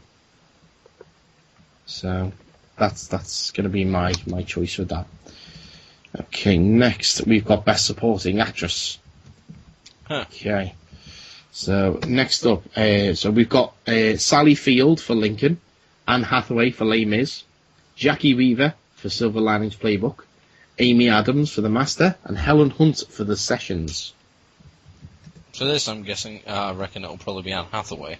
Yeah, I've got a feeling again, like Daniel Day-Lewis, this is Anne Hathaway's to lose. Mm-hmm. Yeah, I'm going to choose her as well, I think. What about you, Tom? Well, like Andy said, Anne Hathaway's song will be the only song that anyone knows in the whole film. But I didn't say that, Mike did. Yeah. But yeah, Anne Hathaway, because there's been a lot of talk, and, she's had quite a good year or two. I mean, she was Catwoman as well, wasn't she? Yes, she was. Which Mike also said. Oh, yeah.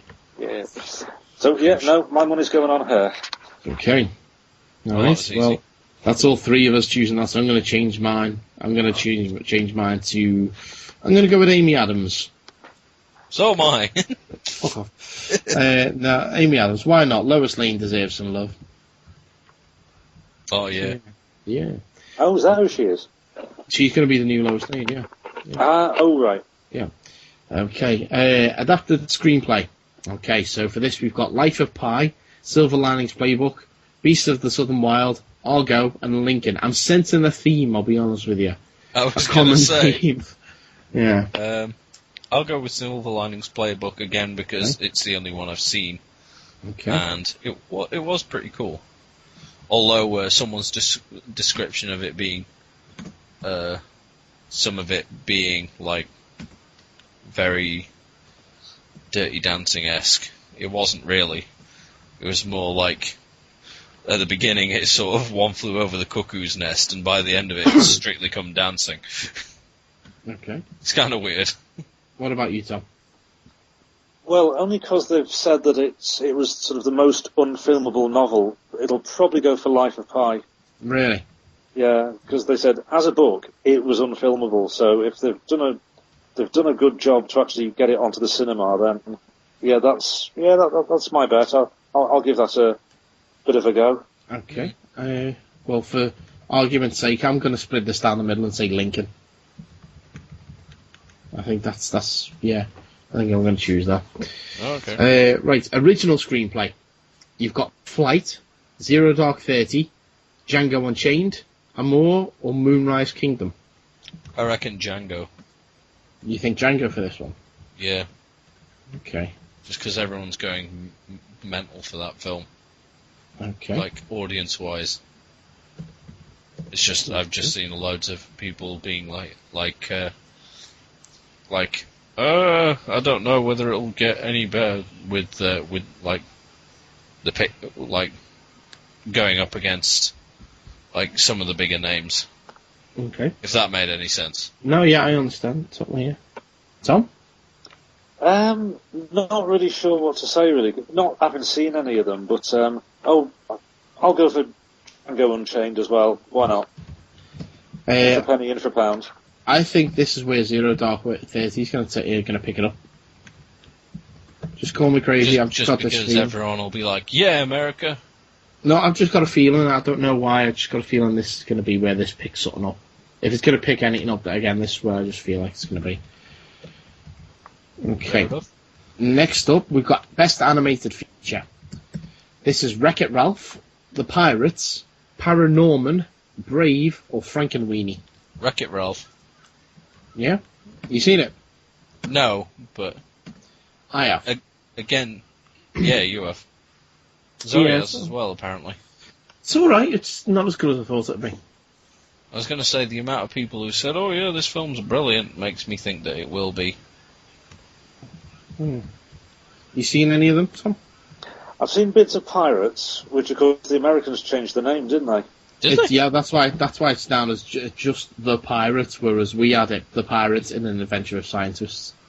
Yeah, and which you said was daft because there was only one scientist. Yeah. They called it The Pirates Band of Misfits. That's it. Yeah. Seen a bit of that. Seen a bit of Frankenweenie, which I think some of it I was... bet you have. Hey! Hey, goose! I'm shaking my head. I'll go for the art. Oh, pardon. I'll go for the Aardman one. I'll go for Pirates. Okay. Douche. No one's going to pick the Pixar movie. If I'd seen it, probably I would have, but not seen it. I'm going to pick it. I'm going to pick For some Brave. reason I thought Wreck-It Ralph was Pixar. No, it isn't, it's just Disney. It's Disney Animation Studios, but it's Brave is Pixar. That was it. Yeah. Okay, so no love for them. I've not seen it. All I know that all I know is of Brave is that there's loads of gingers. Yeah. It's all basically Scottish, and then all of a sudden Sean Connery turns up and he's like, "I'm your father. Let me give you a slap." No, that's the end of Robin Hood, isn't it? Ah, Robin of Locksley! I've come back from the Crusades! Finish. Why the fuck are you fighting with Alan Rickman? You wouldn't tell me where my detonators are. Ah, fuck you! Time, Potter. Take my tears, and watch them in a fountain, Robin Hood. Fuck are you on about? I'm crying my memories into a bottle. What? I don't know, just go with it.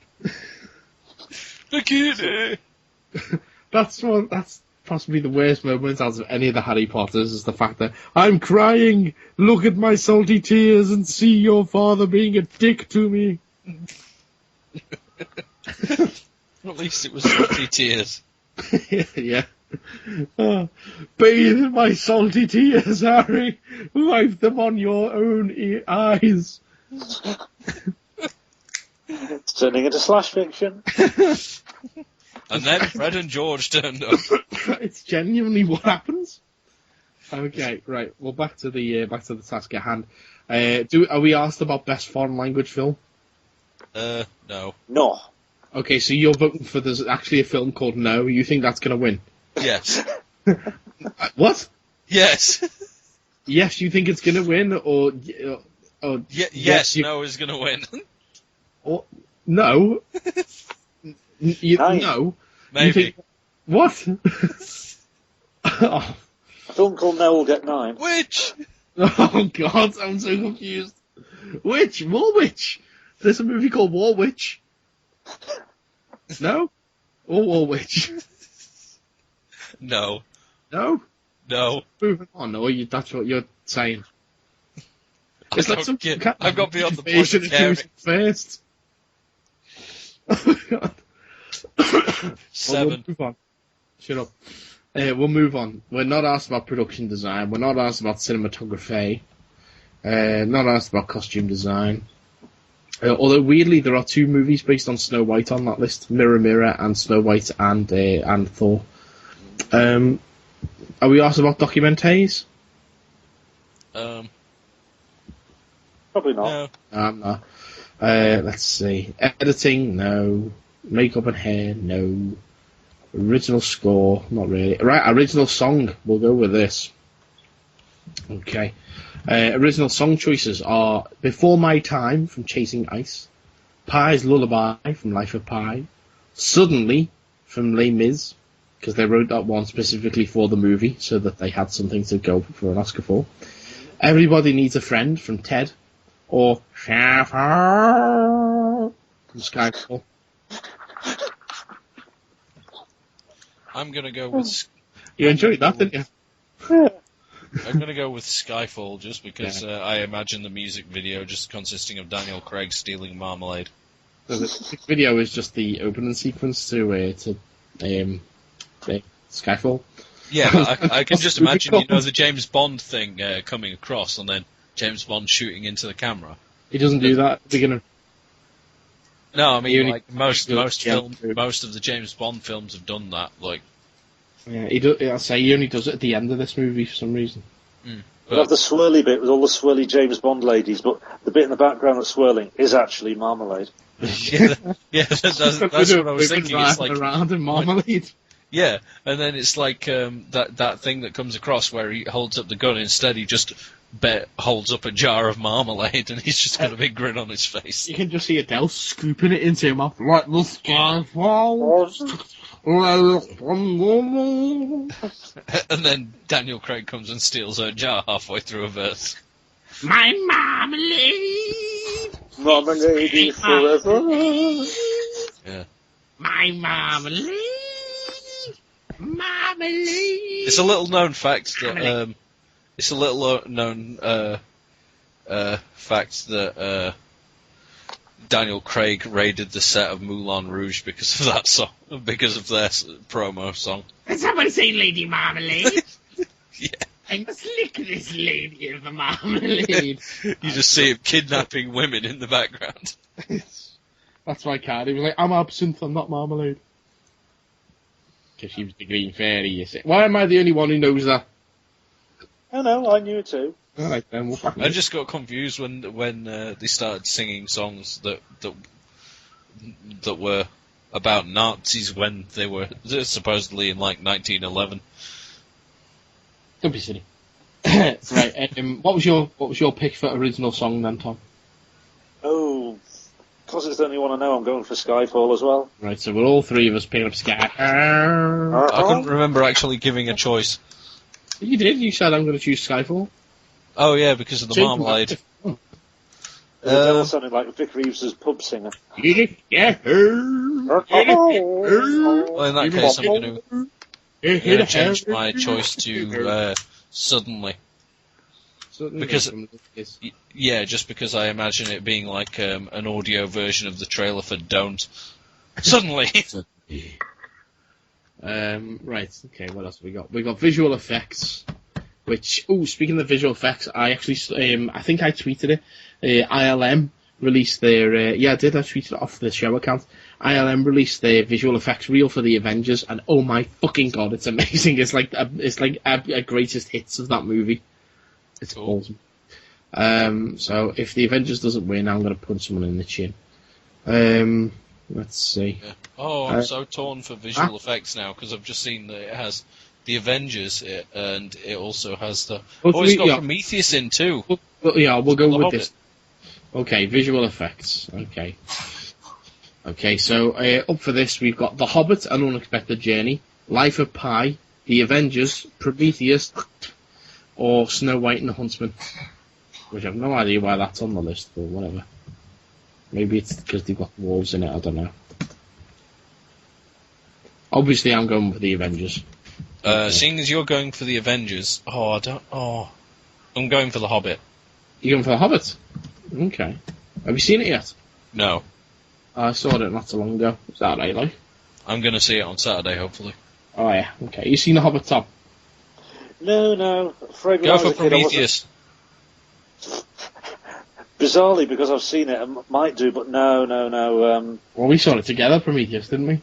Yeah, I mean, it was okay. It was a, predictable sci-fi, well, wouldn't call it a romp, but you could see it coming, couldn't you? Well, fucking, apparently Charlize Theron couldn't, otherwise she would have moved out the fucking way. Yeah, run sideways instead of forward. Oh, come on, it's like something you'd seen Scooby fucking do, man. Wee, splat. Well, that's all you're getting of the Prometheus special that we never did. Yeah, we never will. We never do specials anymore, do we? Yeah, we did Star Wars. Oh, they're now bulletins rather than normal specials. That was the special, whatever. They only called that a bulletin because it wasn't as long as a normal episode. And it was based on one news story. Yeah. Compared to the other, rather than a movie. Yeah. Exactly, Connor. Bless you. Yes. Yeah, so go on, what's your pick then, Tom? Oh, stuff it. I'll go for The Hobbit. Okay. You like short dudes. Right. Just the right height. Okay, so that's the Oscars. I was about to say exactly the same thing. Right, next we've got to do the exact same thing for the BAFTAs. Yeah, it's pretty much all the same categories as the other one, but we'll just give it a go. Okay, right. First up, we've got Best Film. Okay, where nominees are Argo, Les Mis, Life of Pi, Lincoln, and Zero Dark 30. What did we all say for this? Pi. Yeah, you said Life of Pi before, and both Tom and I said Lincoln. Are we going to stick with them as well? May as well. Actually, yeah, you did. You said Life of Pi. Yeah. Okay, fair enough. Easy enough. You okay with that, Tom? Yeah, I think so. Although I know the Brits tend to like Ang Lee because he's done a few things. I'll change my vote and I'll go for that one. Okay, but he did do fucking the bad Hulk movie. Ah. So, well, okay. I'm very forgiving. You've committed to the Life of Pi now. Okay, next one is Best British Film. Okay. Seven Psychopaths. This is a category that is only on the BAFTAs. We've got Anna Karenina, The Best Exotic Marigold Hotel, Les Mis, Seven Psychopaths, or Skyfall. You want to go for Seven Psychopaths, Andy? Yeah, mainly out of solidarity. It's because I've Ball. got a dog, Raj, and a watch up my ass. Yes. God, it's been a while since I've had to do this. Been a while. This voice on the show. It's been a while. With a watch. It's been a while. Who's that meant to be? Don't you wish your girlfriend was hot like me with a watch up her ass? Oh yeah. What the fuck are you doing, Tom? I'm not. No, not me. What the fuck's that noise then? It could have been me. I was just swapping my headphones to the other ear. Maybe. Sounds like it. I'm gonna go with Skyfall for this one. Only because it's got Dame Maggie Frosty Knickers in, I'll go for Marigold Hotel. Okay. Makes me write it out, I don't know. Just put Best Hotel. I've got to write the whole thing. Don't confuse it with Holiday Inn. Okay, next up, we've got, I'm not doing all the categories, I'm just going to go animated film. Only three nominees The picture this of time. Brave above that looks horrible. Yes. It looks horribly rendered. Nominees are Brave, Frankenweenie, or Paranorman. Which is nice to see Paranorman getting some love, seeing it fucking failed at the box office miserably. I was going to say, I've heard loads of really good things about Paranorman. So what are you thinking? Are you going for that one? Yeah, why not? Okay. Paranorman. Okay. What about you, Tom? I think surely just basically on the grounds of the double entendre's name, I'll go for Frankenweenie. Okay. You would. I'm gonna stick with Pixar and go with Brave. That's what I'm gonna do. Right, best director. Okay, we've got Michael Haneke for Amour, Ben Affleck for Argo, Tarantino for Django Unchained, Ang Lee for Life of Pi, and Catherine Bigelow for Zero Dark 30. Is she related to that Gigolo fella? No, that's Juice. That's Juice Bigelow. No relation. No love for Spielberg on this list, though. Ah. What are we thinking? Could this be Affleck's big chance to get away from the Daredevil? Well, it beats him acting. It's very true. It's very true. No, he's actually in this movie. He still acts in them. Oh, no. But he's not a giant space rock going, I love you, Harry! We're doing... This is like, fuck off, bitch.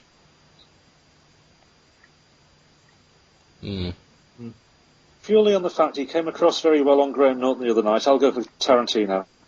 Was he on Graham Norton? Well, he was on his show.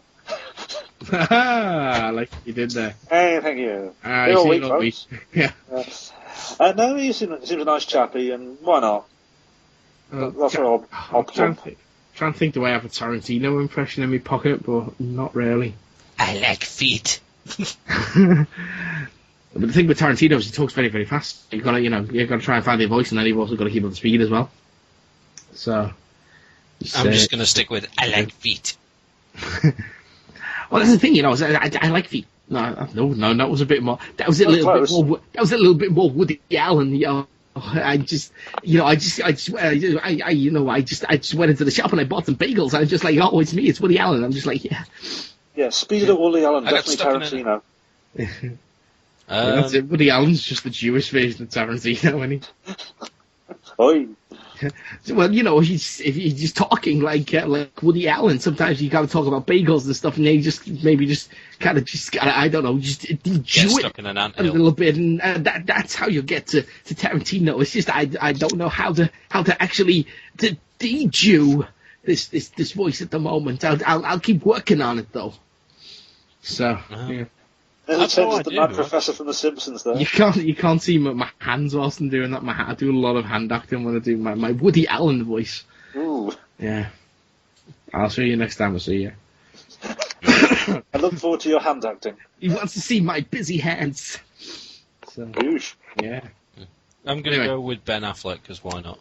You're going to go with the Affleck? Why not? And he's like, Broom to the Daredevil. Give him an Oscar, BAFTA, whatever. The amazing power of seeing. Yeah, I'm going to go with Catherine Bigelow. Got me crazy. But, yeah. Come on, Aston. No, yeah, I should put Bigelow Affleck now for some reason instead of Bigelow. Right, okay, next up we've got Best Original Screenplay. You've got Amour, you've got Django Unchained, you've got The Master, Moonrise Kingdom, or Zero Dark 30. Django, because we're more accepting of Tarantino over here. Yeah, that's what you said before. You said Django before, yeah. Mm. And I said Zero Dark 30. So I'm gonna stick with that. Yeah. That's why, considering what you said, I thought there'd be more chance of it being Django over here. I think you might be right on that. What do you reckon, Tom? Are you gonna stick with Django? I think I am, because the Brits seem to take more to Tarantino than the Yanks at present. Well, I didn't take to fucking Death Proof. This is where Meme jumps in. Oh yes, no, I don't like that movie. I'm sorry, I just don't like it. Anyway, we've covered that before on previous shows. Best adapted screenplay. We've got Argo, Beasts of the Southern Wild, Life of Pi, Lincoln, and Silver Linings Playbook. Life of Pi, because why not? You're gonna go with Pi. Okay. Tom? Spread it about a bit. Beasts of the Southern Wild. Okay. I'll try and crack on through the rest of them so we can get to the fun ones, which are the Razzies. Okay, and I'm going to go with Lincoln, because why not? In fact, no, I'm not. No, I'm going to go with Argo, because I forgot it's the BAFTAs. No one's asked about fucking Lincoln. Okay, right. Best actor now. We got Affleck for Argo. Bradley Cooper for Silver Linings, Daniel Day-Lewis for Lincoln, Hugh Jackman for Les Mis, and Joaquin Phoenix for The Master. Joaquin! Just because I like his name. I'm going to go with Joaquin. Yeah, I'm going with Joaquin Phoenix. Okay. Because I like the stuff he's doing as a superhero. That's Phoenix Jones. It's close enough. Yeah, whatever. Tom? Might go for the amazing singing Wolverine. Might go for Hugh Jackman. Hugh Jackman, okay. I really want to see that film now, Wolverine the musical. Listen, Bob, I'll slice your guts. Come over here and I'll chop off your nuts. I've got big claws, they come out of my arms, and if you do me harm, I'm gonna stab you in the balls. Oh no, Professor, what's that in your hand? It's a can of, Spider-Mantium. I stole from Spider-Man. What will you do if I go over there? I'll chop off your balls and I'll chop off your hair. There's a lot going on with balls in this flick. We sing about them a lot, and they're right under yuck. Wolverine, also Weapon X. That's what they called him. But he's got no dick, so he can't have sex. Look, there's Will.i.am. He's in this movie too. Motherfucker, yeah. Stuff. Boom, boom, boom, pow, and stuff. Will.i.am, you appear to be the worst singer in this movie, which is a musical. He's not going through to the next round. Sorry, I do apologise. I'm too busy tweeting in my revolving chair. They say I'm on the chairs and it's Professor X. Hello. Stroking a cat. No, and he's like, my chair doesn't actually revolve, it's fucking Magneto pissing me off. Yes, it just starts spinning round in circles. I thought this was a musical. Why aren't you singing, Professor X? Got no fucking hair. Alright then. I'm like the musical version of Samson. People cut my hair off. I can no longer sing. That's why Magneto grew all his long hair and a beard when he played Gandalf. He's just like, I can be the ultimate singer of Middle Earth. Radagast I am the hairy one. is covered in bird turd. Because he is. Anyway, what were we doing? Oh yes, best actor. I'm going to go with Affleck, because why not? What did I say? You said Hugh Jackman for Les Mis. I seem to be singing in the I said what? team. I said Joaquin Phoenix today. Oh yeah, Tom said Hugh Jackman. Yeah, it was me who said Hugh Jackman. Yeah. Right. He's not a huge black man. No. Huge Jackman. That was me, I was the huge black man. Bring me the Daredevil. Bring me the Wolverine. I'm going to chop off his balls. Not again! You're going to be a soprano. Oh my god, don't you tell me!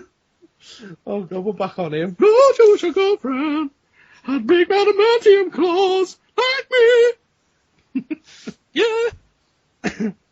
Saber tooth, I'm gonna punch you! I've got a healing factor.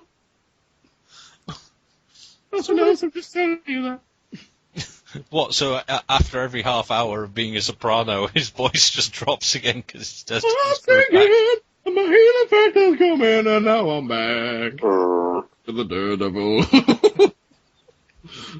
So low. It'd be even worse if it was a Deadpool movie, because then he'd just constantly be pulling them off and putting them on just as a joke. Just singing to the screen and stuff. It's like, why are you watching this movie? Can Ryan Reynolds sing? I don't know. Maybe not. Make a Green Lantern joke. Yeah. Well, no, because Ryan Reynolds has been trying to play. In fact, did play Daredevil, didn't he? What? Deadpool, you mean? Yeah, Deadpool, that's the one, sure. Yeah, no, but I mean, if Ryan Reynolds is the new Deadpool... He's the old Deadpool. Yeah, but I mean, if they cast him as Deadpool again, when they make the Deadpool Deadpool Electric movie, Boogaloo. yeah, Yeah. where it's actual proper Deadpool, not I'm some weird guy with no mouth and swords for hands. Weapon 11, yeah. Instead of that weird thing, Yeah. if it's proper Deadpool, then he'll break the fourth wall and make a They took my balls off! yeah, and he'll make a Green Lantern joke, surely. You'd think so. Anyway, They leading took my actress. balls off, and now I can use my power ring. That's a gay joke! Whatever. Anyway, best actress. Okay, so we've got Amy Adams for The Master. We've got... oh no, that's supporting actress. Sorry, do beg your pardon, I'm jumping ahead. Leading actress is Jessica Chastain for Zero to Top 30. Marianne Cotillard for Rust and Bone. No one going to say goosh? Zing. Jennifer Lawrence for Silver Linings Playbook. Helen Mirren for Hitchcock. Again, no one going to say goosh. Okay. And Emmanuel It's like Riva. Goosh for Silver Linings Playbook. Whatever. And Emmanuel Riva for Amour. Didn't she die? Who? Emmanuel? No, that's the woman who played Emmanuel. She was in, like, frozen in bicarbonate. Oh god. Oh. Yeah. So she was for Amour.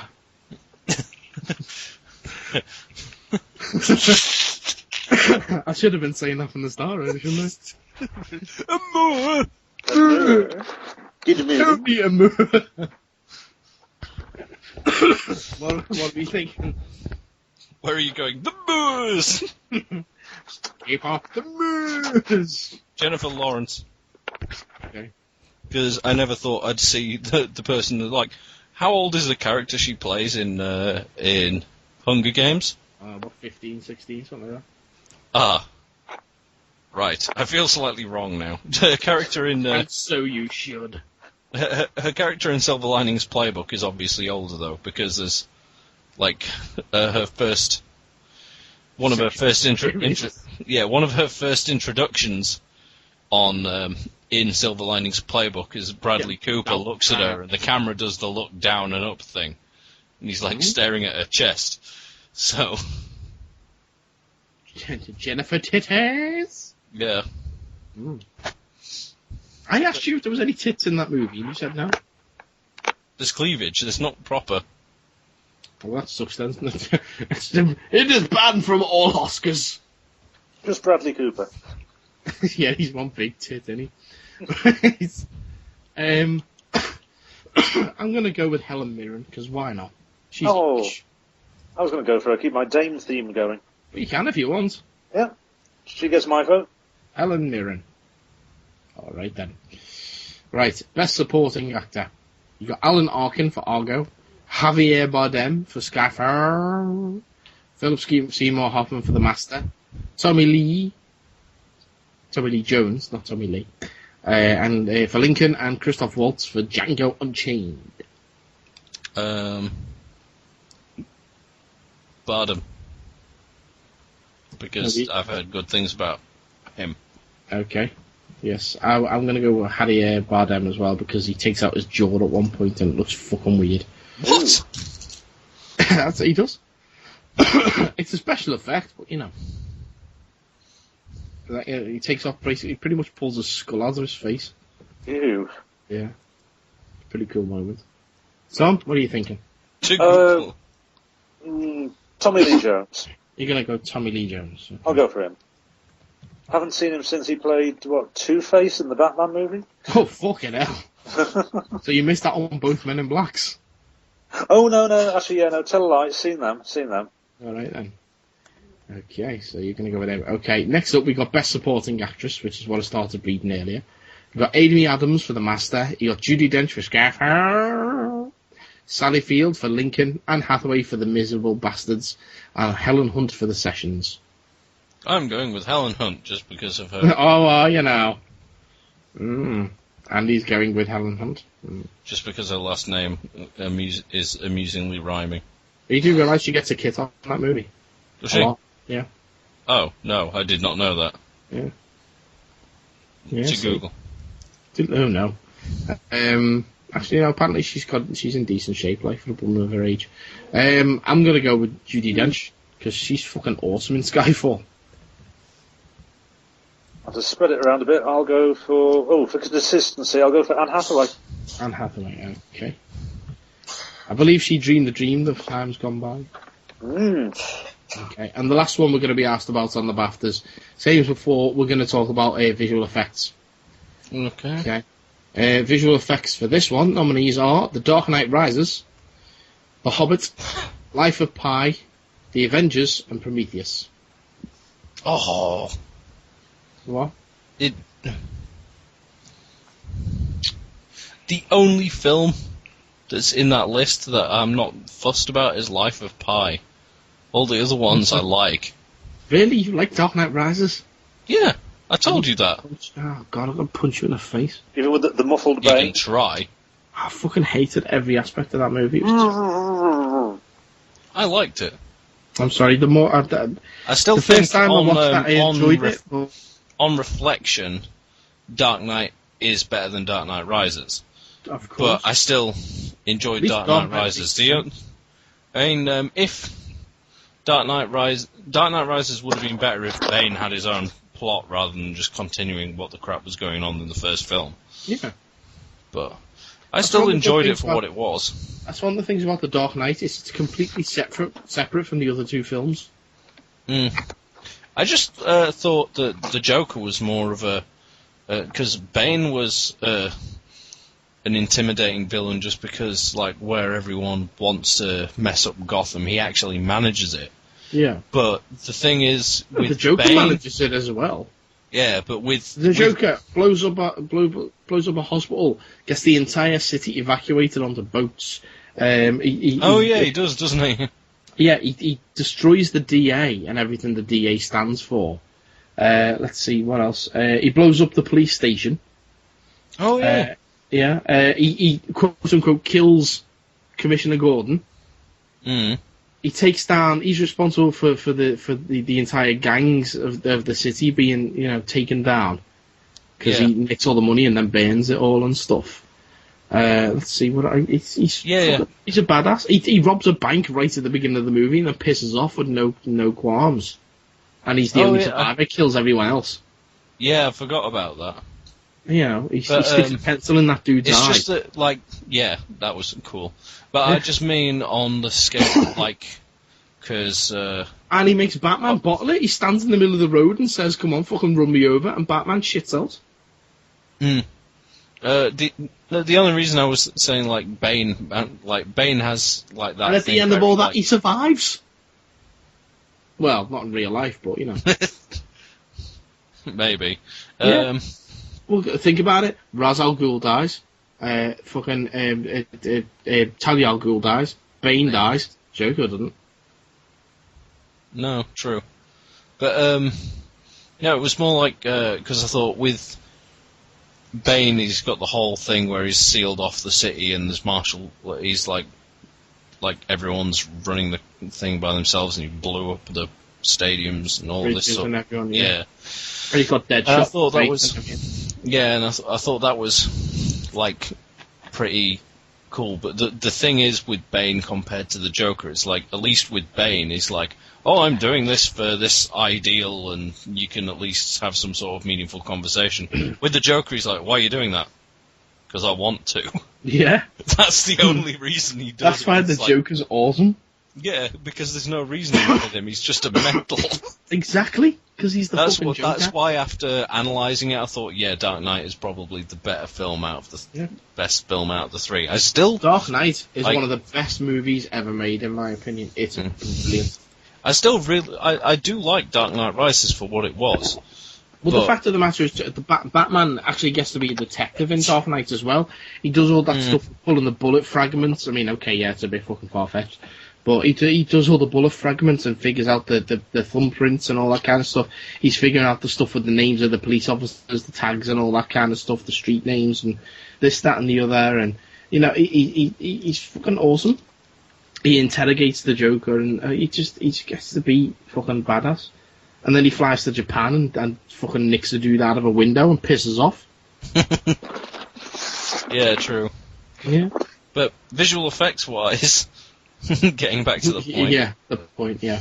I went for The Hobbit last time, didn't I? I think this time I'm going to... Because I know you're going to go for Avengers again. Of course. I'm going to mix it up and go for Prometheus, because as much as you guys are like, I like that movie too, so... Really? Yeah. I mean, there's a lot of flaws in it, but... I mean, I just like it, and loads of people who are like, oh yeah, there was loads of questions that weren't answered. It's like, well, he wrote it as the first part of another trilogy, so... Okay, so in the second trilogy, is he going to explain why the scientists were fucking dozy enough to take off their helmets, even though they didn't know if the air was breathable or not, or how the geologist who's just spent his fucking an hour mapping the entire place doesn't know where to go to get out. Yeah, exactly, with his fucking super maps and shit. Just goes, oh shit, I'm lost now. The zoologist dude decides he's gonna fucking stroke an alien snake for no reason and shit. You know what? It's a pain in the arse. Like I said, it's got its flaws. It's got its fucking flaws. It's got fucking a gaping chasm. There's no flaw there. Goosh. But yeah, I'm gonna go with Prometheus anyway. So, alright, whatever. Tom. I might do because A, I've seen it, and B, okay, it's full of plot holes, but yeah, I must admit the effects were good in Prometheus. You're gonna go with Prometheus as well? I'm gonna go for it. See? Basically because it's one of the few films I've seen this decade. Yeah, that's very true. It's purely your mention of gaping holes. And snake stroking. Yes. Okay, right. Well, let's discuss the Razzies now. Okay? This is going to be interesting. Okay, so first up is Worst Picture. Okay? I will tell you if it'll bloody let me move anything on the page. The nominees are... Okay, nominees are Battleship, aka Pegs the Movie, The Oogie Loves in Big Balloon Adventure, That's My Boy, 1,000 Words, and Twilight Saga Breaking Dawn Part 2. Yeah, got to be the last one. Yeah. You're going with Twilight. Awful Twiglet. Yeah, I think I'm going to go with Twilight as well. Yes, definitely. I'm debating with that or The Oogie Loves in the Big Balloon Adventure, just because I haven't... Because you know I've got to write it down if you do. Only for the name. Yep. Although Pegs the Movie is a good close second. True. Well, what are we thinking? I'm going to go with Twilight because it's the easiest. Yeah, I think we're all agreed on that. I'm not proud to say I've nearly never seen almost nothing of the Twilight movies. You've nearly never seen almost nothing? Yeah. Whatever that means. Is that English? It's like... Late, my brain's not working. I saw a little bit once, but I don't know whether it was it or not. It could have been me staring at a piece of wood. I hallucinated it. Okay. Right. I remember a guy with wheels, but that could have been Ironside. Or Quetzalcoatl. Okay, we've got Worst Director now. Okay, we've got Tyler Perry for Good Deeds. We've got Sean Anders for Medea's Witness Protection, apparently. I'll get to that. Give us a minute. Tyler Perry for Good Deeds. Sean Anders for That's My Boy. Peter Berg for Battleship, a.k.a. Pegs. Bill Condon for Twilight Breaking Dawn Part 2. Tyler Perry again for Medea's Witness Protection. I didn't see him down there. I thought he was just in the once. Or John Putch for Atlas Shrugged Part 2. What the heck is that? Ayn Rand's Atlas Shrugged. They split it up into 2 movies and no one went to see either of them. Yeah. Tyler Perry. For which one? Either. Medea's Witness Protection. Okay. Stop staring at me, Kristen. What? I'm not looking at you, Kristen. Thank you very much. You keep your Kristen out of it. Yeah. I'm going to have to go with Bill Condon. Just purely by association of fucking Twilight. Mm-hmm. And Tom? Just so it doesn't look like I'm picking on Twilight, I think I'll go for the guy that did Battleships. Peter Berg. How you can turn a board game into a film, it blows your mind. I don't know, you can ask Hungry Hippos. Yeah, I was going to say, you can ask the director of Hungry Hippos when they bring that out in a couple of years. Or how about the director of Angry Birds, the movie in 2016? Yep. Cluedo worked. Actually, yes, it did. I watched that again the other night, actually. Because wasn't that Clue with Tim Curry in? It was indeed. I watched that as research, so I'm saying nothing more at the moment. Oh. Okay. Now, next up, we've got Kristen Stewart, who's actually up for twice for this is Worst Actress. Kristen Stewart for Twilight, Breaking Dawn Part 2, or Snow White and the Huntsman. You got Katherine Heigl for One for the Money, Mila Jovovich for Resident Evil Retribution, Tyler Perry as Medea for Medea's Witness Protection, and Barbara Streisand for The Guilt Trip. Tyler Perry. You're going to go Tyler Perry, purely because it's a man in the dress. Oh yeah, I never made that connection. Are you sticking with that? Yeah. I'm not sure whether to go with him or Mecha Streisand. Barbara! I'll go with Barbara Streisand. Okay. I'll fucking delete that off now. I've already written that in then, you bastard. Sorry. Okay. Right. Tom? I think I'll be predictable and go for Twilight Girl. Okay. Kristen Plank of Wood. Okay. K-Stew. And I am going to go with Mila Jovovich for Resident Evil because I fucking hated that movie. I believe they've made like 7 of them already. It was the 5th one, I think. Yeah. Yeah, no, I just didn't enjoy it. I did like the adverts for the last one that they did, where it's like, oh, everything's nice. No. Yeah, but it's basically the whole, oh, this is like, no. That's exactly the beginning of Dawn of the Dead, the remake. Yeah, true. So, okay. Right, Worst Actor. We've got Nicolas the Bees Cage for Ghost Rider Spirit of Vengeance and also for Seeking Justice. We got Nicholas. I'm a vampire! Yeah, Eddie Murphy for 1,000. Actually, yeah, it should say Nicolas Cage.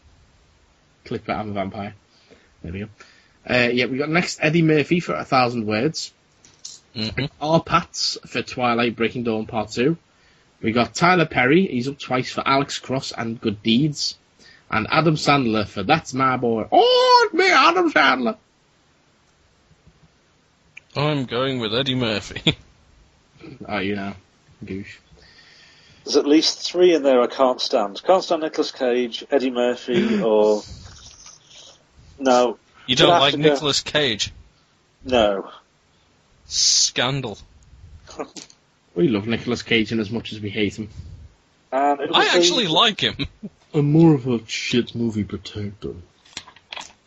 I like Nicolas Cage movies. I'll leave them 2. I won't be predictable. I won't go for R-Pat. I'll go for Adam Sandler. Okay.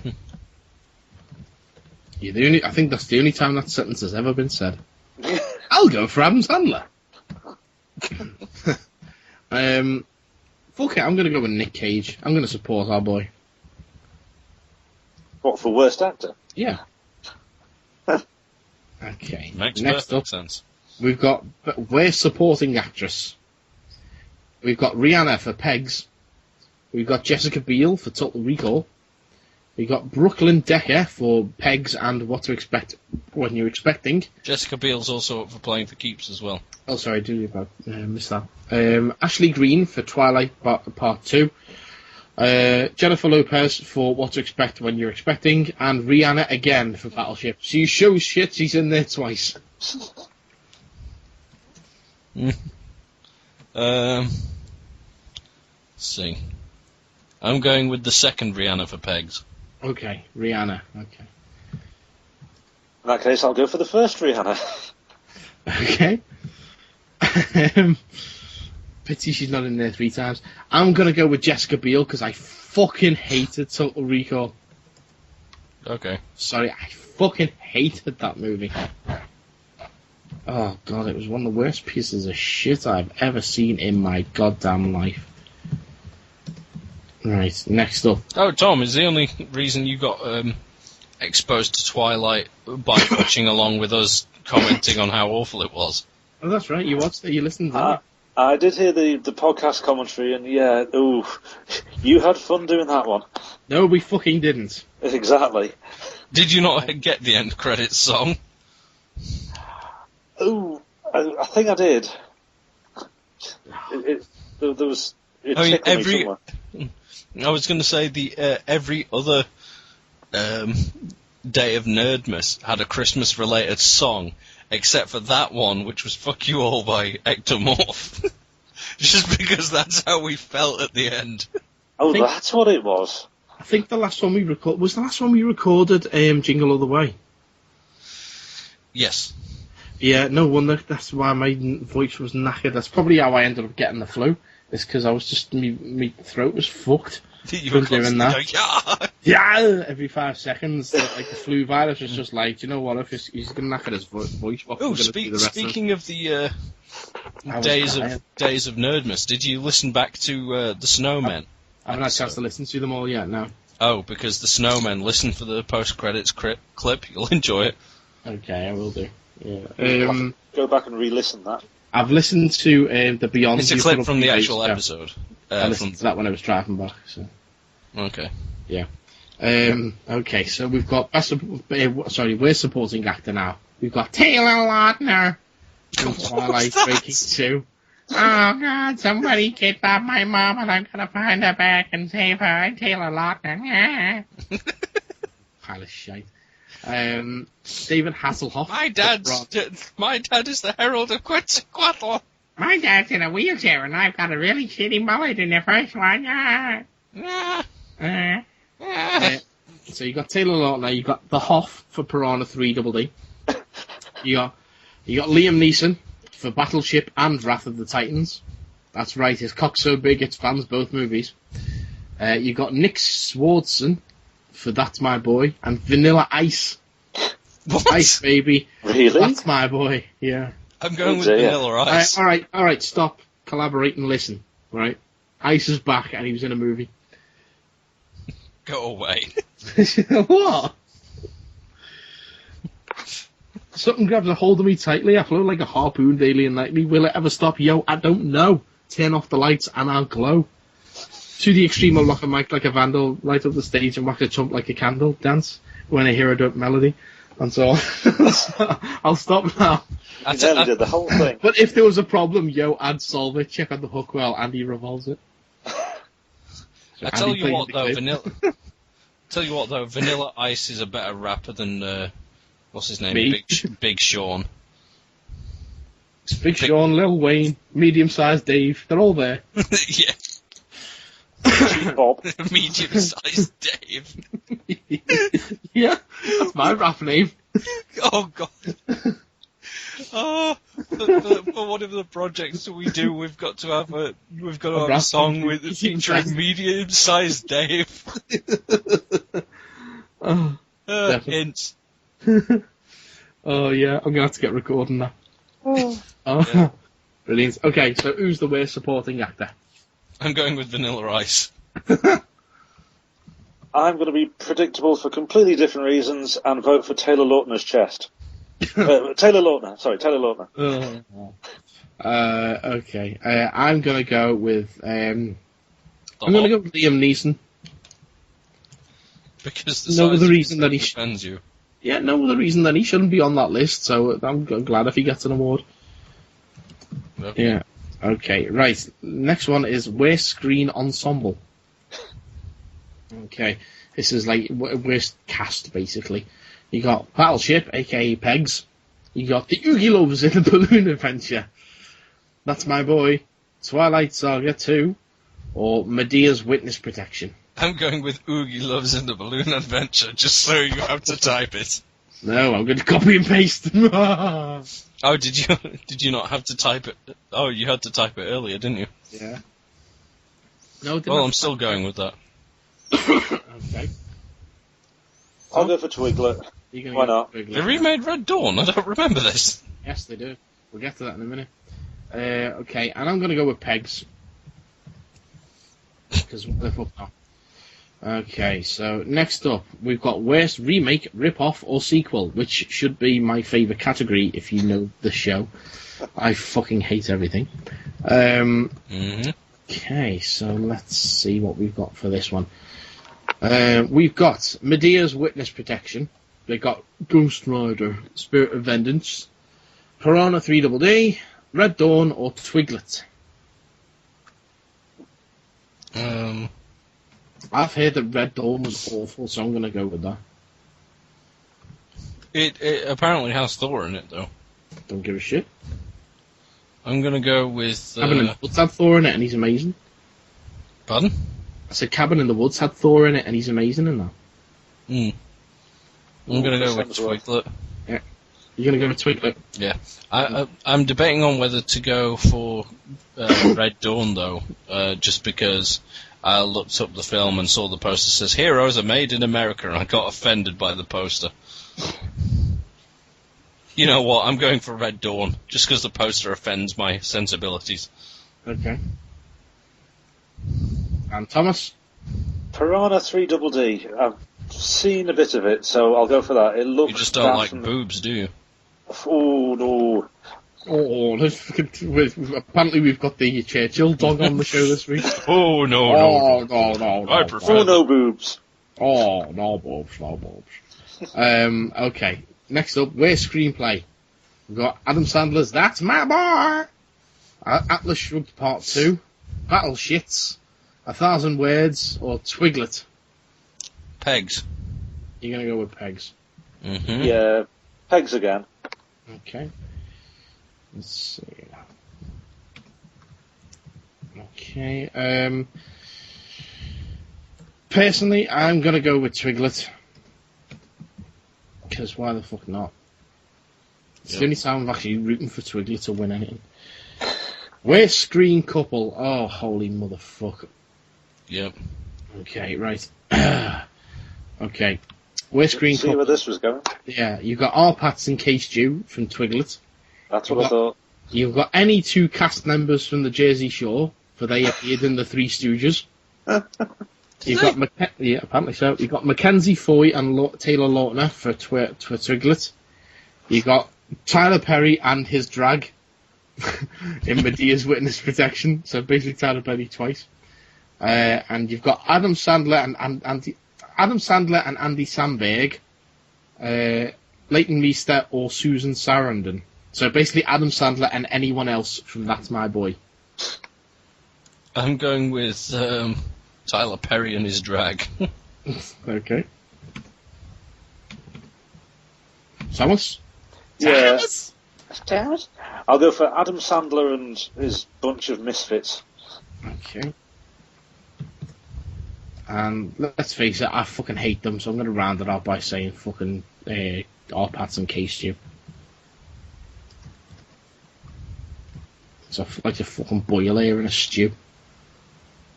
Because, hey, why not? And that's it for the Razzies. Hooray. There we go. So, when are they awarded? Let's see. I shall find out. It's usually like the day after the Oscars or something like that. Let's see. Did make me laugh the one year that Sandra Bullock was up for both an Oscar and a Razzie. Yes. Well, I remember when fucking what's her face, bloody Catwoman. Halle Berry. Yeah, she won for Catwoman. So she did a piss take of her Oscar acceptance speech. She was like, "Oh, thank you." Fucking dirty twat. Yeah. So doesn't actually say the date of the Razzie Awards. Doesn't help me. No. It's usually around the Oscars, though, isn't it? Yeah. Oh, no worries. I'll find out anyway. Yeah. So there's that. Doesn't say... Oh, hang on.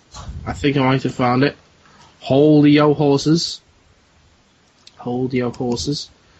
Holding. Hold. I'm tempting them with sausage rolls as we speak. It is February 23rd. Go, sausage rolls, go!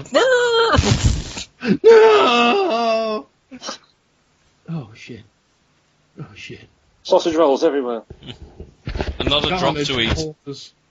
Okay, so that's that then. It's at this point I'm going to hand over to Andy now because we need to really plough through the rest of the show. No matter movie. Time to talk about some comics. Go! Squirm in fear. It's time to talk comics.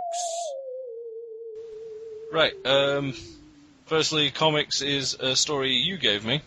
Yes. Which was Warner Brothers were battling for Superman. They finally won. Hooray. Judges ruled that the heirs of Joe Shuster and Jerry Siegel were wrongfully awarded 50% of the rights to the character in 2008. And It's a significant fucking sum, you know. Previous 2001 settlement between the heirs and DC Comics supersedes the later legal victory. So, there you go. So, Siegel and Schuster, your families get fuck all. Yep, pretty much. Nextly. Yeah.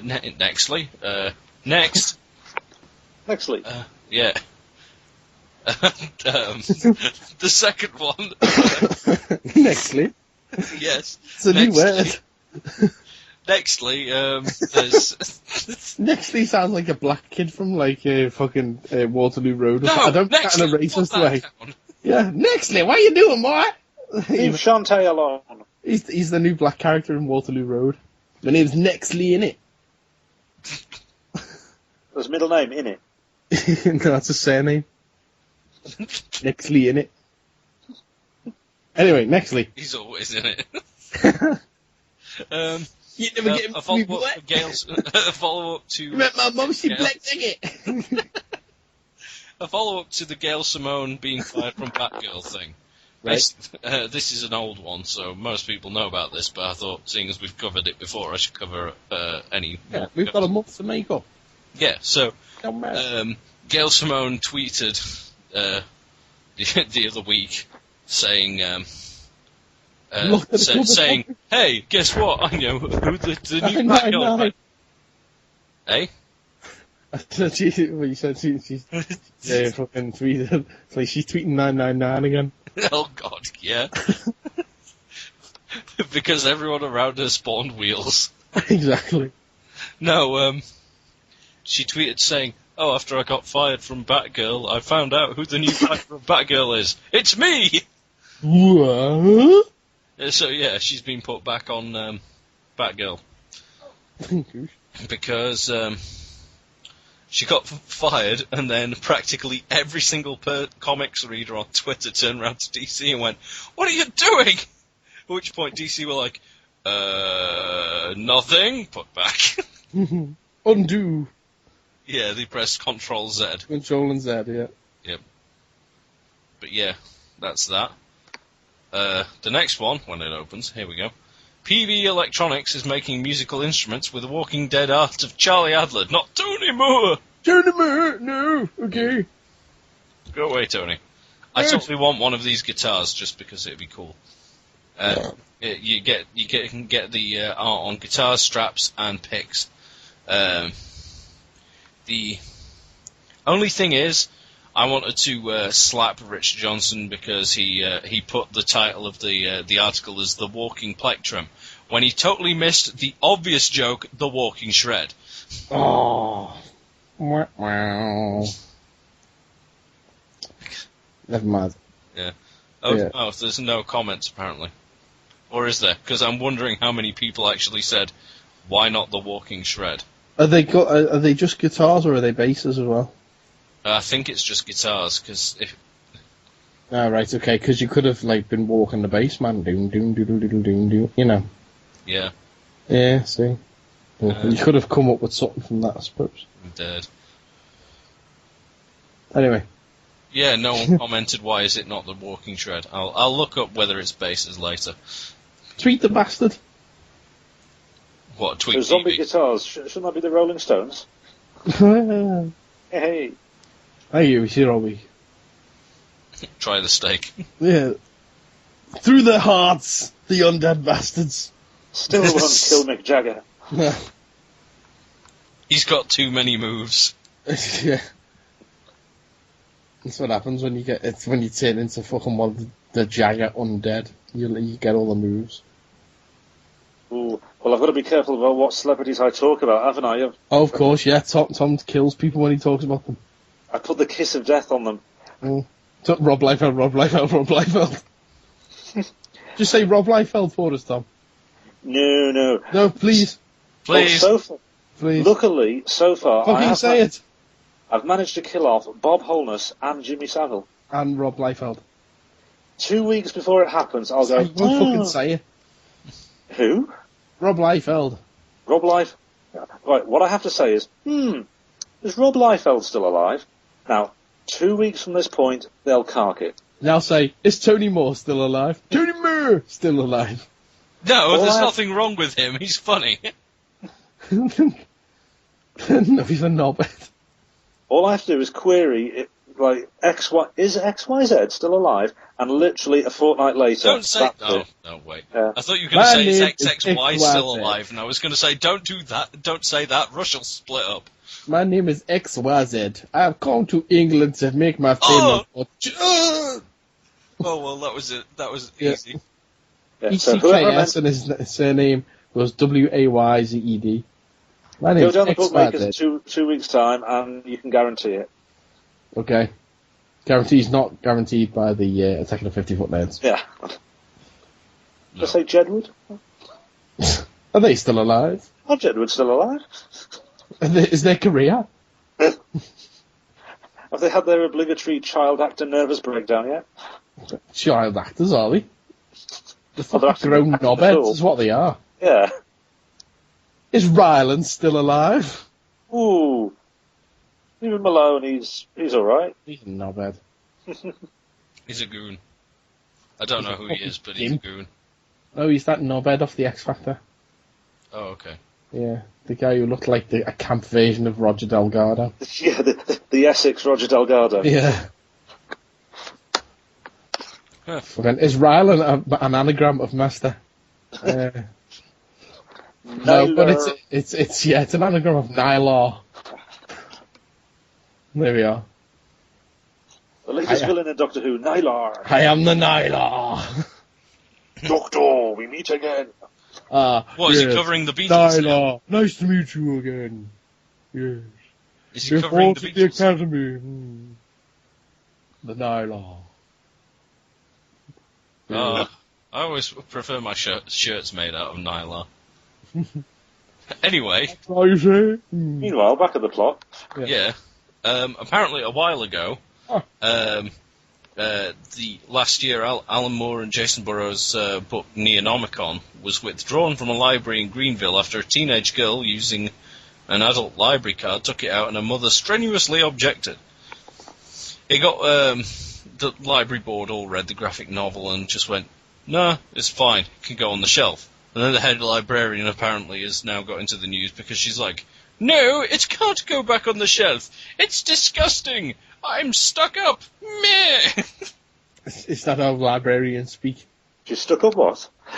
She's stuck up, yeah. Stuck up a sheep, apparently. Yes. She lived in Wales. No, cheap joke. Cheap. No, the head librarian reverted the board's decision. You say to sheep? What? Yeah. She reverted the sheep's decision to revert her decision and took the book back off the shelves. I'm confused. Yeah. She reverted the Talking sheep? to local press, she said, "It was disgusting." But she declined to label it obscene or pornographic. She acknowledged the library has many books that deals in stuff with the same subject matter: racism, rape, murder, sex. Although, to be fair, Neonomicon is the only one where it's done by a beast of Cthulhu! So in the end, it was much ado about mutton. This thing on? Hello? Cheap at half the price. Yeah, she apparently Hey. calls it deselection. And yeah, that's comics news for this week. That was bad. Right. Dish. Hey. Okay, right. Well, let's plough on then and talk about what's going. Well, we've got some announcements for the 50th anniversary, so let's talk about Doctor Who. Or will we? We will. Yes. Why?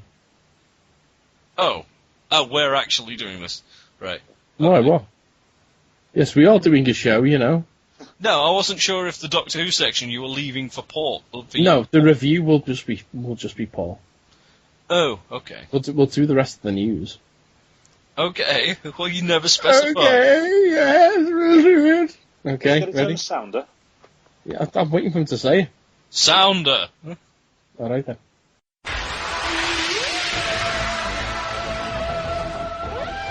Hide behind the sofa as we discuss Doctor Who.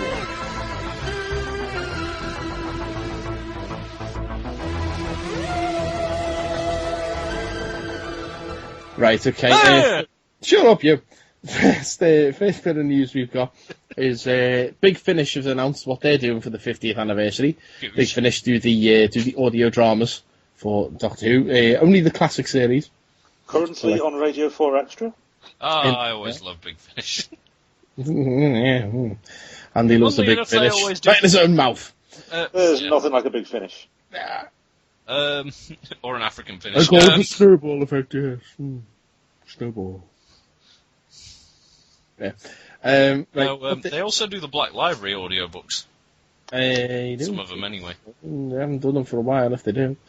They've done like some short ones.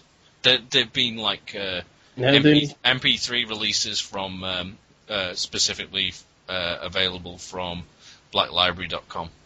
Yeah, right, well, they haven't been sticking them on their website now, I was going to say. The only ones they've been doing recently is like Dark Shadows, Blake 7, Doctor Who, obviously. They haven't really done anything. Stargate. No, they haven't really done Stargate. outside of that for a while. Well, what they've announced they're doing is they're doing for the 50th anniversary in November. They are using. They're basically doing a 5 Doctors. Multi-Doctor story. It's a multi-Doctor story called The Light at the End, and will star Tom Baker, Peter Davison, Colin Baker, Sylvester McCoy, and Paul McGann.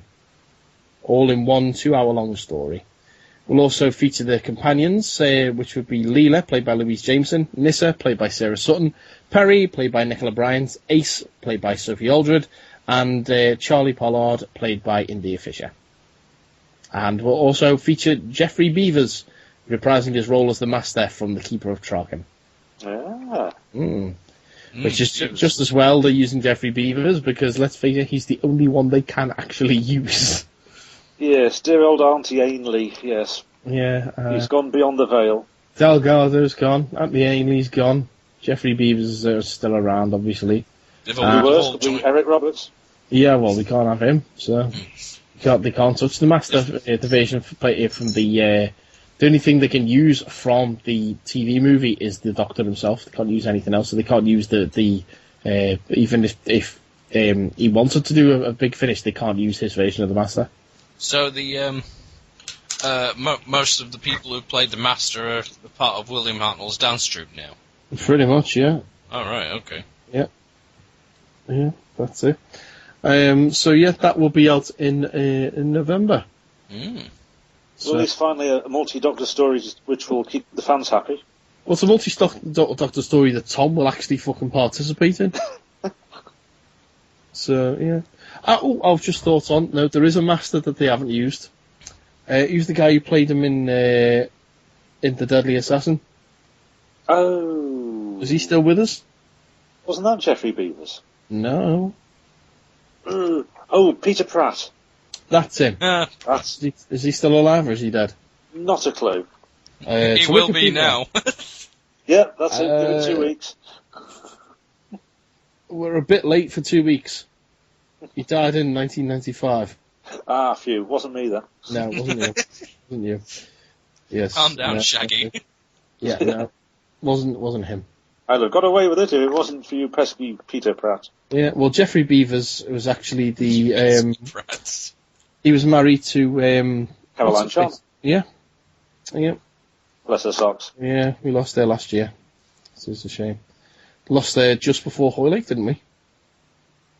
I think so, or at least she was terribly ill or something. Anyway. No, because remember Louise Jameson was all upset because some knobhead decided to go, what did you think about Caroline John dying? She's not going to go, oh yeah, it's fucking amazing, isn't it? Dickhead. Oh yeah, probably should be a good point to shout out for Hoylake 1.5 coming up later this summer. Go to fanslikeus.org, I think it is, if you want to go. And it's basically a half-a-day event. Paul's going to be interviewing again. I'm going to be there in some capacity. In that case, I most likely will have to be there as well, just because I want to go to a Doctor Who thing, and I may as well go with you two guys. Well, we're going to be working, so, but I'm sure. Oh no, I'll just stand around wandering about. Oh, our guys will be there. Don't worry about that. There'll be plenty of MLGers there. I think I had a prior booking last year, but hopefully this one doesn't clash. No, it does. We checked. I think you're away, aren't you? Taking off somewhere. Dang. Yeah. I can still just wander around. Do it, man. Just come. Yeah. Go to the website and book your tickets. Eric is lovely and everything. Just at the moment we've announced Fraser Hines is going to be there. Chris Jury's coming back, and Colin Spall's going to be back as our Master of Ceremonies. So yay, because we do like Spawley. He's a good guy. I got fucking ridiculously drunk with Spawley last time. Yes, lovely guy. Is he the guy who I got confused with the dude from Hot Fuzz? I don't know. Because I think last time you mentioned him, I said, isn't that the guy in Hot Fuzz? And you were like, no, that's... I don't know. Raf Spall or something. Oh, Ray Spall. Yeah, no. Oh, yeah. Completely different people. So that's what Big Finish are up to, and that's what we're up to. Next up, BBC has announced that they're going to be releasing what they call e-shorts. Short Doctor Who stories, one a month, up until November, focusing on each of the 11 incarnations of the Doctor, and they'll be released on the 23rd of every month, starting this month. They're going to be written by famous authors, famous children's authors. First one, which will be out on the 23rd of January, is going to be a First Doctor story, and it's called It's called A Big Hand for the Doctor, and will be written by Owen Colfer, who is the author of the Artemis Fowl series. Oh, cool. Yes. So there we go. He also wrote the Hitchhiker's Guide to the Galaxy book and another thing. Oh yeah, of course. Yes. So he's the first one confirmed at the moment. And the next one is Enid Blyton. Might be a bit difficult. Roald Dahl presents. No, apparently they're all going to be written like. Oh no, I'm getting confused with the Destiny of the Doctors. There's another thing which I haven't actually got links for here.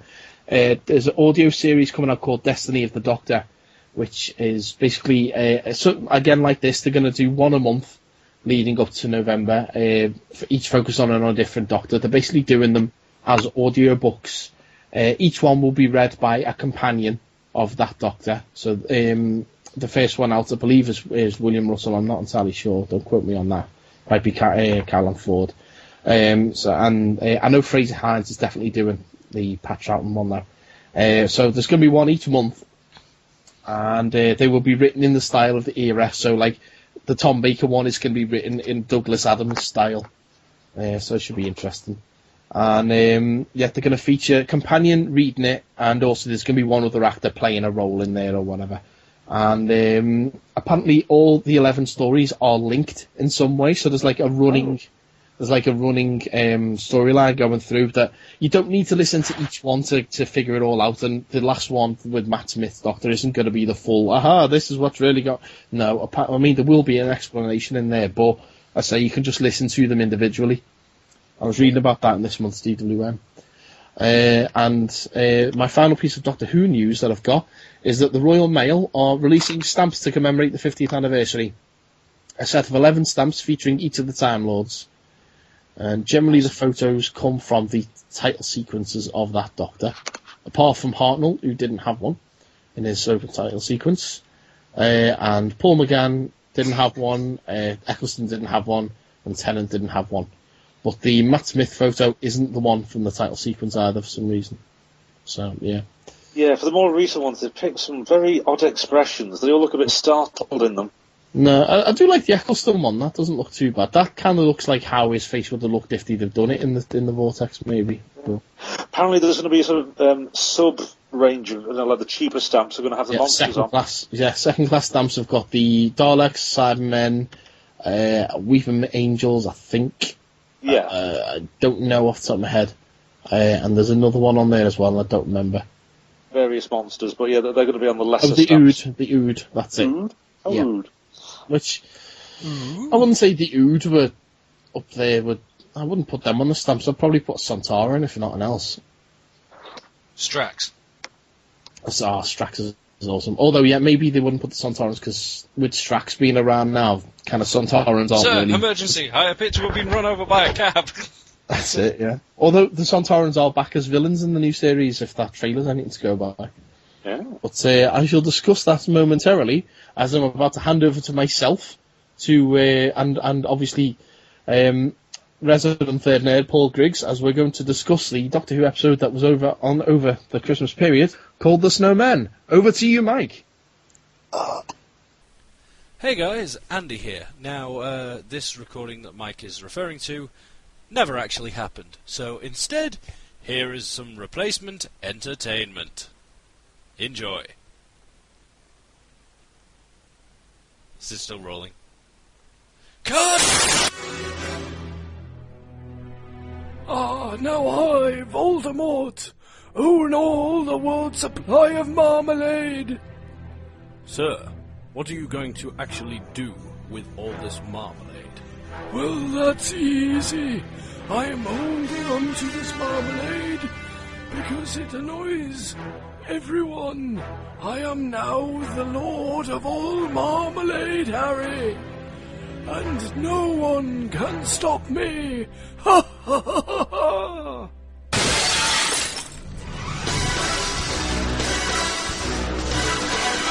Not if I have anything to do with it, Voldemort! Daniel Craig, what are you doing here? I've come to take back my marmalade! You can't take that marmalade! I've earned it with magic, Harry! I mean, Daniel! Don't call me the wrong thing, I will take you on! Oh yes! Well, I will cruciatus you! Come get some! Nagini! Get him! I'll take on your stupid snake! Oh no! You've defeated my snake, Nagini! Curses, Daniel Craig! We shall meet again!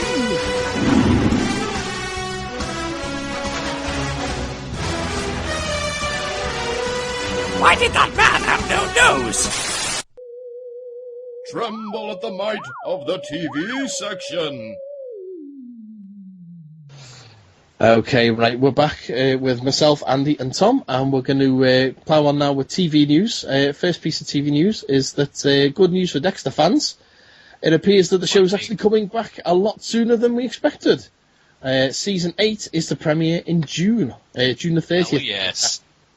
I mean, the series 7's only just bloody finished, hasn't it? Yeah, it has. Yeah, so it's coming back. It ended like 2 weeks after Comic Book Men and Walking Dead, like mid-season finale. Yeah, so it's not been too long ago at all. You still with us, Tom? I am still here, yes. Okay, good. Sorry, I thought you were quiet. Although I think the last time I saw Dexter, it was about season 2 or season 3. Yeah, and that's about where Mike is then. Yeah. I need to pick up the pace. Season 3 is where I'm at. The last thing I watched was the finale of season 7, which is why I'm like, yes, more Dexter. Okay. I've not seen any of the ones with John Lithgow in. No, I haven't either. Oh, you need to. Looking forward to that. Yes. Well, the rumour is that Dexter's going to end after season 8, which they've said quite a few times that season 8 is going to be the final season, but I don't know anymore. Well, we'll have to see. We'll have to see. So that's that.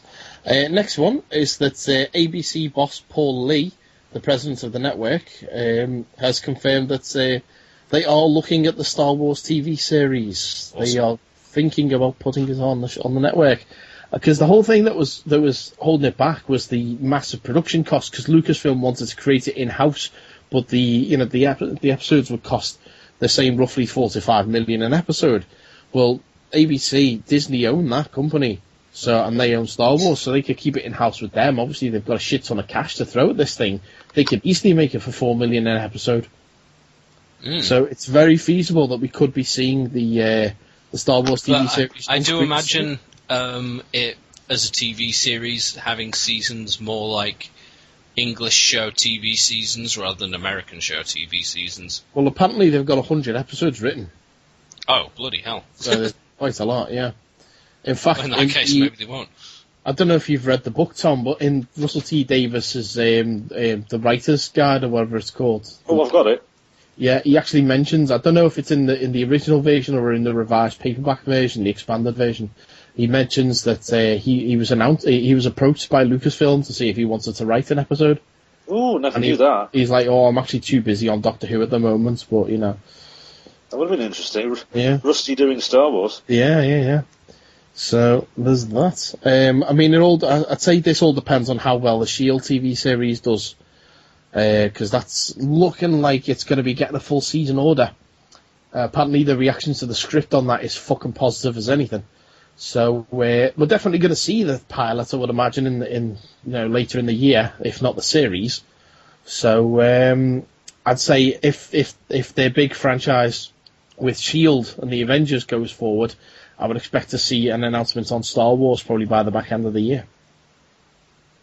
So there's that. Something to look forward to. Yeah. Speaking of Marvel. Marvel was supposed to be moving forward with a Hulk TV series, spearheaded by Guillermo del Toro. He's said that the series is on hold. Yes. No, it's a shame because Marvel, I would say, are fools not to be moving forward with anything to do with the Hulk at the moment after how well he came across in the Avengers. But they're not moving forward at this time. It's not to say they won't move forward soon, but apparently no, it's not going anywhere at the moment. So there's that. Next up, Walking Dead has officially been renewed for its 4th season.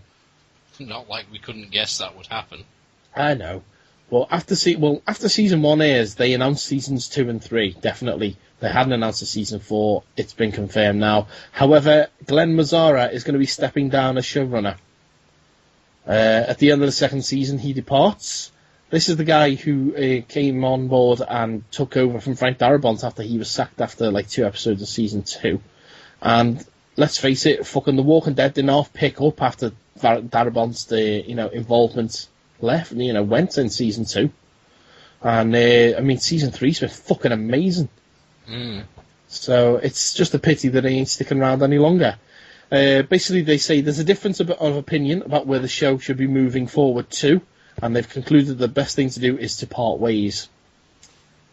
Which is a shame, but at least he'll have a hand in the back end of season 3, which looks incredible. Yeah, indeed. Indeed. Okay, next. Right, does anyone like Death Becomes Her? Oh, yeah. What's it, Goldie Hawn and what's her name? Meryl Streep. That's it. And Bruce Willis as well. Whacking the heck out of each other with spades. A lot of people forget Bruce Willis was in that movie. With the dodgy moustache. Yeah, dodgy moustache. Oh, indeed. yeah, I remember this film now. Yeah. Well, it's Bravo are developing a small screen version. They want to bring it to TV. Not sure how that would work. I don't know myself. But that's all the news that we have of that at this time. I can see it being a bit sort of, I don't know, Addams Family meets Dynasty. It's a fun movie. It is a very fun movie. And I want to say it's directed by Frank Oz. No, it's not. No, it's Robert Zemeckis, do beg your pardon. The guy who did Back to the Future. So, definitely fun and tongue-in-cheek. The creepy Polar Express stuff. Yeah, that is creepy. But speaking of Creepy Polar Express, I watched a very similar movie to that yesterday. I watched Tintin. Ah. Very good movie. Really enjoyed it. But anyway, So I mean, it is a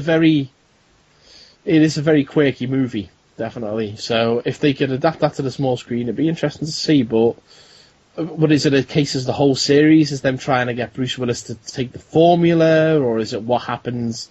How they keep themselves alive after the bits and all this shit like that. Well, don't know. But we shall see. Right, next, IT Crowd.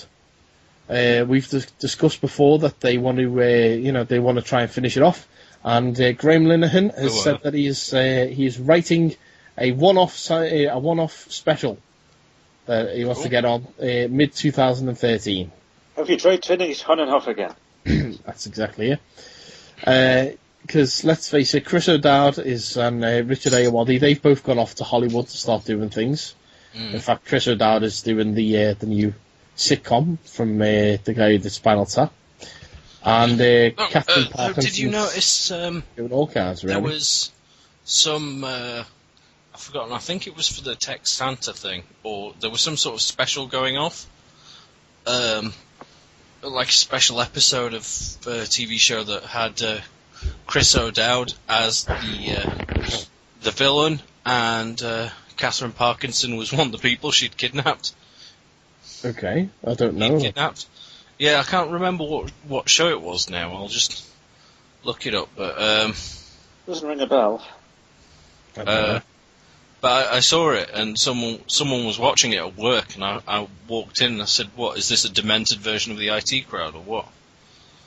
No idea, mate. Didn't see you. Yeah. Well, yeah, that's that's what they want to do. Anyways, he wants to do a one-off special to finalise it and finish the show off, which I think would be nice, considering, as I say, everyone's going off to do bigger and better things. And my final piece of TV news is Charlie Brooker has been talking about Black Mirror Season 2. Which they're sort of trailering already. Have they? Well, sort of teasing at it. I haven't seen it. I've seen the adverts for Utopia, the new show that looks a bit like Black Mirror. No, there was one. I mean, it was basically for 4OD, and it said, "Ooh, Black Mirror 2 is on the way, so why don't you watch all of Black Mirror 1? Ooh. Lovely, lovely. Well, it's going to be coming soon, apparently. Now, Brooker has said that, like last series, we've done 3 stories that are 3 different genres. Last year we had a political thriller to do with a pig fucker. We've had an Orwellian nightmare and a kitchen sink drama. What we're going to have this time, we have a story that is, and this is a quote from him, it says, "It's a what-if scenario. What if you died and your Twitter feed and your Facebook statuses carried on going? What if there was some software that emulated what your personality was like?" That'd be kind of scary. Yeah. Because you'd never... Oh, yeah. Interesting. Obviously, he's going to be quite a busy guy. He's got the new Weekly Wipe series coming up as well, which will be fun. Did you watch the 2012 Wipe? Either of you? No. I saw a bit of it, yeah. Oh, so good. There's the Weekly Wipe sounds like some kind of cleaning product. 2012 Wipe was genuinely one of the funniest things I saw over the Christmas period. It was just awesome. So we shall see what comes of that. Obviously, he's still got a touch of cloth showing on BBC. On Sky One as well. So yeah. I remember. I haven't watched that yet. I need to watch that. When that first appeared, I saw loads of people on Twitter going, "Oh, that's got to be a joke show with a title like that. That's either that or someone's made a mistake." And then I found out it's written by Charlie Brooker, and I was like, "Okay, it's obviously a joke." And Daniel said he watched it, and he was like, "Oh yeah, it's always stuff. It's always got jokes like, get your hands off that tablecloth," and like. I remember you telling me about. In fact, I think you mentioned this on the show. Actually. Yeah, and like, get that smile off your face, cloth. Stuff like that. I can't believe the number of people who didn't realise it was a skit to start with. I know. It's fucking ridiculous. Right, I'm trying to get the any other business section up, so I suppose we'll move to that. Any other business? Okay, right, any other business. There was 1,000,001 stories we could have dealt with this month. Yeah, we had a whole month. Yeah, this month. We had a whole month's worth of any other business to get through, but I've not managed to narrow it down to some of the best. First one is we're going back to something we talked about a while ago. This is Brazilian Rebecca Bernardo. She's copying in the footsteps of good old Miglerini and is selling her virginity online. However, she's not doing it for charity. She wants all the money herself. Well, in as much as she wants to pay for her mum's medical expense, which I suppose is a form of charity. Mm-hmm. Yeah, kind of a noble gesture. Yeah. Now, it says here, this is from Huffington Post, it says, well, Miglerini was pictured frolicking topless on a beach, which I didn't see that fucking picture. You missed out on that one. Yeah, I'm going to have to look that up. In fact, let's see if the Huffington Post has got that on there. Whilst Miglerini was pictured frolicking topless on a beach, Bernardo's appeal comes from the somewhat less sensational location of her kitchen. Addressing the camera in Portuguese during the amateur recording, Bernardo explains that she's tried other methods of employment, including waitressing and selling cosmetics, but was unable to fund care for her mother, who can no longer feed herself. Someone exploded. That was my microphone catching on my shoulder. Okay. That's what he says. Okay. So she said she had no one else to go to, so this is the only solution that she could find. Yeah. Her mother, who suffered a stroke, is not happy about her daughter's decision, and instead she told the channel, which channel? Don't fucking know. Oh, WAFB. The channel. The channel. She told the channel she should look for work. She doesn't prostitute herself. So, she's had a stroke. No, it was the. No, let's see. Where's my? Can't find the quote. Where is it? The voices. It's there. It's under the photo of Miglerini. There we go. It's because my browser was freezing up. No, the voice is supposed to be doing it is she should look for work. She shouldn't be prostituting herself. I've had a stroke. This is a bit more convincing for a stroke voice, though. You see. That's just you after a few pints, isn't it, Mike? How dare you, sir? Well, okay, we're going to get these monkeys. Open the cage. Now, the article actually also contains an update on Miglerini. Reportedly, she remains a virgin, owing to visa problems. However, there is a silver lining. She's accepted an offer to pose for Playboy magazine. Huh. Go Miglerini. Yes. Huzzahs. No, I can't see these naked photos of Miglerini, though. They're not naked, no, there they are. Covered, but I found some. Yeah. Yeah, I found them now, yeah. Meh. Miglerini, you let us down. Yeah, she's got her hair in front of her boobs. Meh. Plus, we discussed this beforehand anyway. She's not exactly the nicest looking girl in the world. Miglerini! Sorry, Miglerini! Anyways. No, this new girl looks alright, but, yeah. Actually, no, she doesn't. What is it about fucking women? Actually, yeah, maybe that's why Anyway, I didn't necessarily say anything, so there we go. Okay, can't get sued. Right, next! Next, we're going to see what happens when... this is Prison Break, Cat Edition.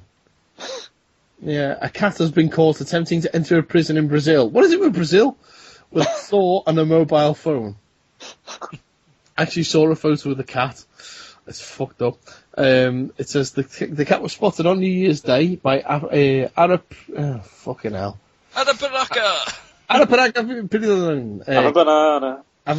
Banana guards with numerous items taped to it, including drills, batteries, and a phone charger. It was also Batman's utility belt. Yeah, it was Catman. It was also, oh no, he's dead, isn't he? Also carrying an earphone and a memory card. Your house. Yes.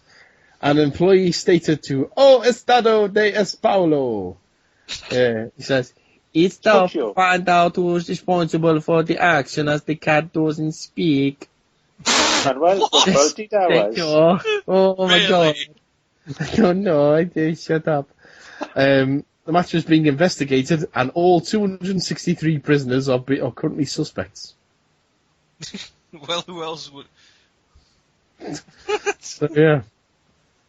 That's how Brazilian people speak. In my head.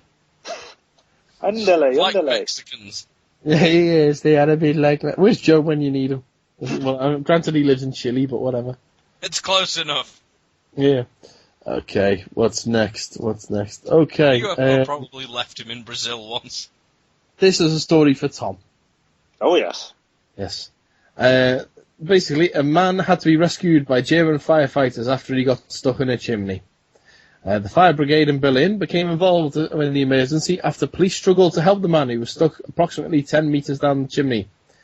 They managed to make a hole in the second floor of the building and managed to get the 39-year-old out. It took just under 2 hours and involved 30 firemen and 10 police officers. The man lost consciousness before he was rescued and was taken to the hospital after he needed resuscitation. However, the reason why this is a story for Tom is the man was naked. There was a distinct lack of clothes on his part. Indeed. On all his parts, even. Indeed. One of the reasons he had to go to hospital was because he was suffering from hypothermia, I've read. Because he was extremely cold. It doesn't say whether he was the right way up in the chimney or the wrong way up. I hope it was the right way up. Well, the reason why I say this is a story... On the official like, doctor's notes, it said, was found tamed up. Well, I'm not surprised because the Germans are always up to this sort of thing, but... I mean, this happened. I read somewhere that it was actually an elaborate audition for the XXX version of Gremlins. God, what the fuck? Sounds more like a XXX Santa. No, you actually sent me a link to another story. Let me see if I can find it because you sent it to me on Facebook. Hold on, can either of you hear Sillet Bang yelling at you? What the fuck? It's stopped now. Have you forgot to turn your ad blocker on? I don't know if I have ad blocker on Google Chrome. That might be why then, because if you haven't installed it, then that'll... You just start yelling about Sillet Bang, and I'm like, what? That's not open on any windows. What's going on? Well, as I say, Tom sent me a story on Facebook earlier, which is similar to this one. However, I've just checked, and it's from 2008, so it's not exactly breaking news. No, but instead of German, it is British. It is British, yes. A naked man was freed from the chimney of a Tesco store for being arrested on suspicion of burglary. Greater Manchester Police were called to the store in Pemberton, area of Wigan. Firefighters freed the naked man from the chimney and he was taken by police to hospital. It's basically the same fucking story, really, isn't it? Yeah, but where would he hide the groceries? Well, it says that the reason for his state of undress, a police spokesman commented, it's believed that some of his clothes came off as a result of him struggling to get out of the chimney. So basically he thought he was stuck because of his clothes, so he took them off, somehow. So just goes to show, just do it in official circumstances, don't do it up chimneys. Goosh. Goosh. Okay, right. Next story. This is about a man from Slovakia. His name is Igor Faber. Nothing unusual about that. Until you realise that... follow me! Igor Faber was pronounced dead in 1993. He be dead. He be graveyard dead. Igor disappeared on a hike in the Tatra Mountains near his home in Poprad, Slovakia in 93. After months of tireless searching, rescue teams had to break the news to his wife Renata that he was missing and presumed dead. What's this story got to do with anything, you might ask? Well, Igor came back a couple of weeks ago. From beyond the grave. Yes. He was found... where was he found? He was found in Prague in a homeless shelter during a routine check for missing persons. Missing piercings? Missing piercings, yeah, and the missing persons. He'd secretly walked out on his wife and children to start a new life. It was a great life, that, living in a fucking homeless shelter. When told that he was back and he was alive, Renata... His new life was hunting for peas. Yeah, his wife Renata refused to take him back. She said, how can I take him back after all this time? Life has moved on. The children have a new father, and I have a new husband. If he couldn't be bothered to contact us, then I don't see why I should change my life again. Clearly he didn't want us, so now we don't want him. Makes sense. So fuck off, Igor. You trampy Get back bastard. to Transylvania. Yeah, go and look for peas, you cockhead. Get that Frankenstein fella to help you. Okay, who likes eggs? You can't stand them. Yeah, I like eggs. Do you like them cooked or raw? Well, cooked. Just as well. Because a man has died after eating 28 raw eggs. Ooh. The Hal Fatnassi was challenged to eat 30 eggs for charity, but collapsed with stomach pains after getting through 28.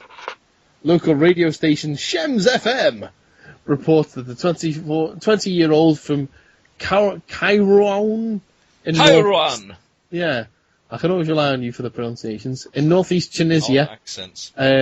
He was rushed to hospital but pronounced dead on arrival. You see, the thing is, raw eggs may contain salmonella, and the only way to avoid potential food poisoning is to fucking cook the bastards. Fuck's sake. Yes. Bizarrely, there was a similar story over the festive period of someone nearly dying from eating too many Brussels sprouts. Apparently, they've got vitamin K in, which, if you're on... K for killing. Anticoagulants. He was on some, heart medication. And basically, anticoagulants. I don't see it very often, though. Yeah. It either thinned his blood or stopped his blood from thinning, and anyway, he had to be admitted to A&E for far too many Brussels sprouts. Well...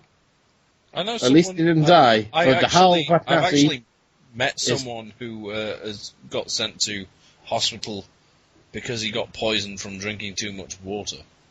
Oh yes, you can overhydrate yourself. Yeah, hyperhidrosis or something. Yeah, if you say so. Yeah, well, the Hal Fatnassi, you be graveyard dead. Or not? Yeah, he is. Well, yeah, he is. Yeah. Maybe this is just a scam and he's actually walked out on everyone. Maybe. Well, I don't think so. But, Mike, I don't know if you saw this. I saw that. Yeah, I know. Don't worry. I'll get to that in a moment. Okay, next story is about an elderly woman in France. An alien! It's not an alien. No. Elderly alien? It's an elderly lady in France. She was accidentally locked inside a supermarket. Nothing for that, you may think. She was locked in on New Year's Eve. Huh. She had nothing but rows of cheeses and baguettes to help her see in 2013. That's awesome.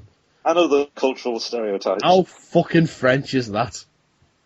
Oh, God. I should sit in here on the sofa and have some pâté. Apparently, she went to the toilet in the store, and by the time she came out at the Roubaix Intermarché, it was completely abandoned. Apparently she set off the alarm numerous times as she combed the aisles looking for staff. Eventually she curled up in the supermarket staff office and attempted to get some sleep. She was found in the morning and taken to hospital. Although very tired, she was fine. And what the fuck? I think the most confusing thing about this article is the fact that underneath the picture is of a turtle drinking wine. Yeah, with a Happy New Year hat. Tortoise even. Yeah, unusual, but whatever. And a pair of shoes, apparently. Cheap remake of the Ninja Turtles. Yeah. Okay, so that's that. Next. Okay, if you're going to Norwich, be careful. That's it. Next story. No, it's because detectives are hunting for two men who were responsible for an assault in the city centre. Norfolk police said a 28-year-old man was left with cuts to his face, nose and lip, as well as two black eyes, after he was confronted by two Oompa Loompas. He left a kebab house in Norwich, and the Oompa Loompas were accompanied by a man and a woman who were not wearing fancy dress, and they attacked the victim in the early hours of Thursday, the probably like the 27th, I think it is, of December, at the Prince of Wales Road. That's not easy to say. A spokesman for Norfolk Constabulary said, police are seeking a group of 4 people, 2 of whom were dressed as Oompa Loompas, who attacked a male on a night out. 2 of the males were dressed as Oompa Loompas from Charlie and the Chocolate Factory, with painted orange faces and dyed green hair, and were wearing hoop tops. What the fuck's a hoop top? Like a stripy shirt? Maybe. The spokesman then added, one of the males in the group then pushed the victim to the floor before he got up. He was then hit on the head and fell to the floor and hit again. As they walked away, all that could be heard was Oompa Loompa Doopa Dee Doo. We're going to kick the shit out of you. I will take your wallet as well and then run away 'cause you are dead. That doesn't rhyme, but whatever the fuck. I don't know. If you I know... guess you just run out of your luck. Oompa Loompa Doopa Shut up. Dee dead. If you know who the mysterious vigilante Oompa Loompas were, then please contact PC Holly Fisher at Bethel Street Police Station. They're not really vigilantes because they're not stunning. It's like this guy just stole a handbag. Just quick, set the Oompa Loompas on him. I don't quite understand how we're supposed to get in touch with Holly Fisher though, because the only phone number that they've given for here is 101. What? That's all it says, is contact Holly Fisher at Bethel Street Police Station on 101. Oh no, that's the new low priority crime number, instead of 999. Oh, right, okay. Yeah, they're trialing it. Can you put me through to Holly Fisher, please? Why? I know who the Oompa Loompas were. Right. Hello? Click. Hello? I've got information. Hello, are you there? That was fucking dickhead. Deep Roy. Keep an eye on that rusty goth. He's got a look about him. This may be a nice time to say that I got some Wonka bars for Christmas. I got... me after, so I don't know if I got a golden ticket. Did I text you the picture of what Zoe got me? No, you didn't. Yeah, I'm sure I did. Where I said... Nope. I opened it and it was a pack of nerds. Oh! Yeah. The hell was that? Oh! Sorry. I was yawning. Sorry. Yes, you did. You did. Mike was deflating slightly. No, you did. I forgot about that. Yeah. Actually, when I was in Newquay, I went to the shops to buy some stuff, like some presents for people and what have you. And they had a big box of nerds there, and I did debate getting them, but it didn't bother in the end. But I totally yeah. want one of those. Do you remember those Wonka chocolate bars that were like purple and they had the green fizzy things in? Oh, the popping candies and stuff. Yeah, and like the chocolate bars that like had the other ones in that when you put them in your mouth, they went like. Yeah, that's what I'm saying. Popping candies, yeah. Yeah. Yeah. I want them to do all of that stuff again. Well, I've got an actual like the bar that Charlie buys in the movie, the proper Wonka bars. I've got one of them. Oh, nice. Yeah. Okay, next. Right. I'm sorry. I just imagined you opening it and going, "Hey, I did get a golden ticket." Going there, I've got a golden being like, "Oh, it's Willy Wonka," and then you're like, "Hang on a second, that's right, it's me, Stanley." Oh boy, welcome to my factory. That'll do. That'll do indeed. Yeah. Okay, right. Next, okay. Now we've talked about people trying to smuggle plenty of things on planes and whatnot.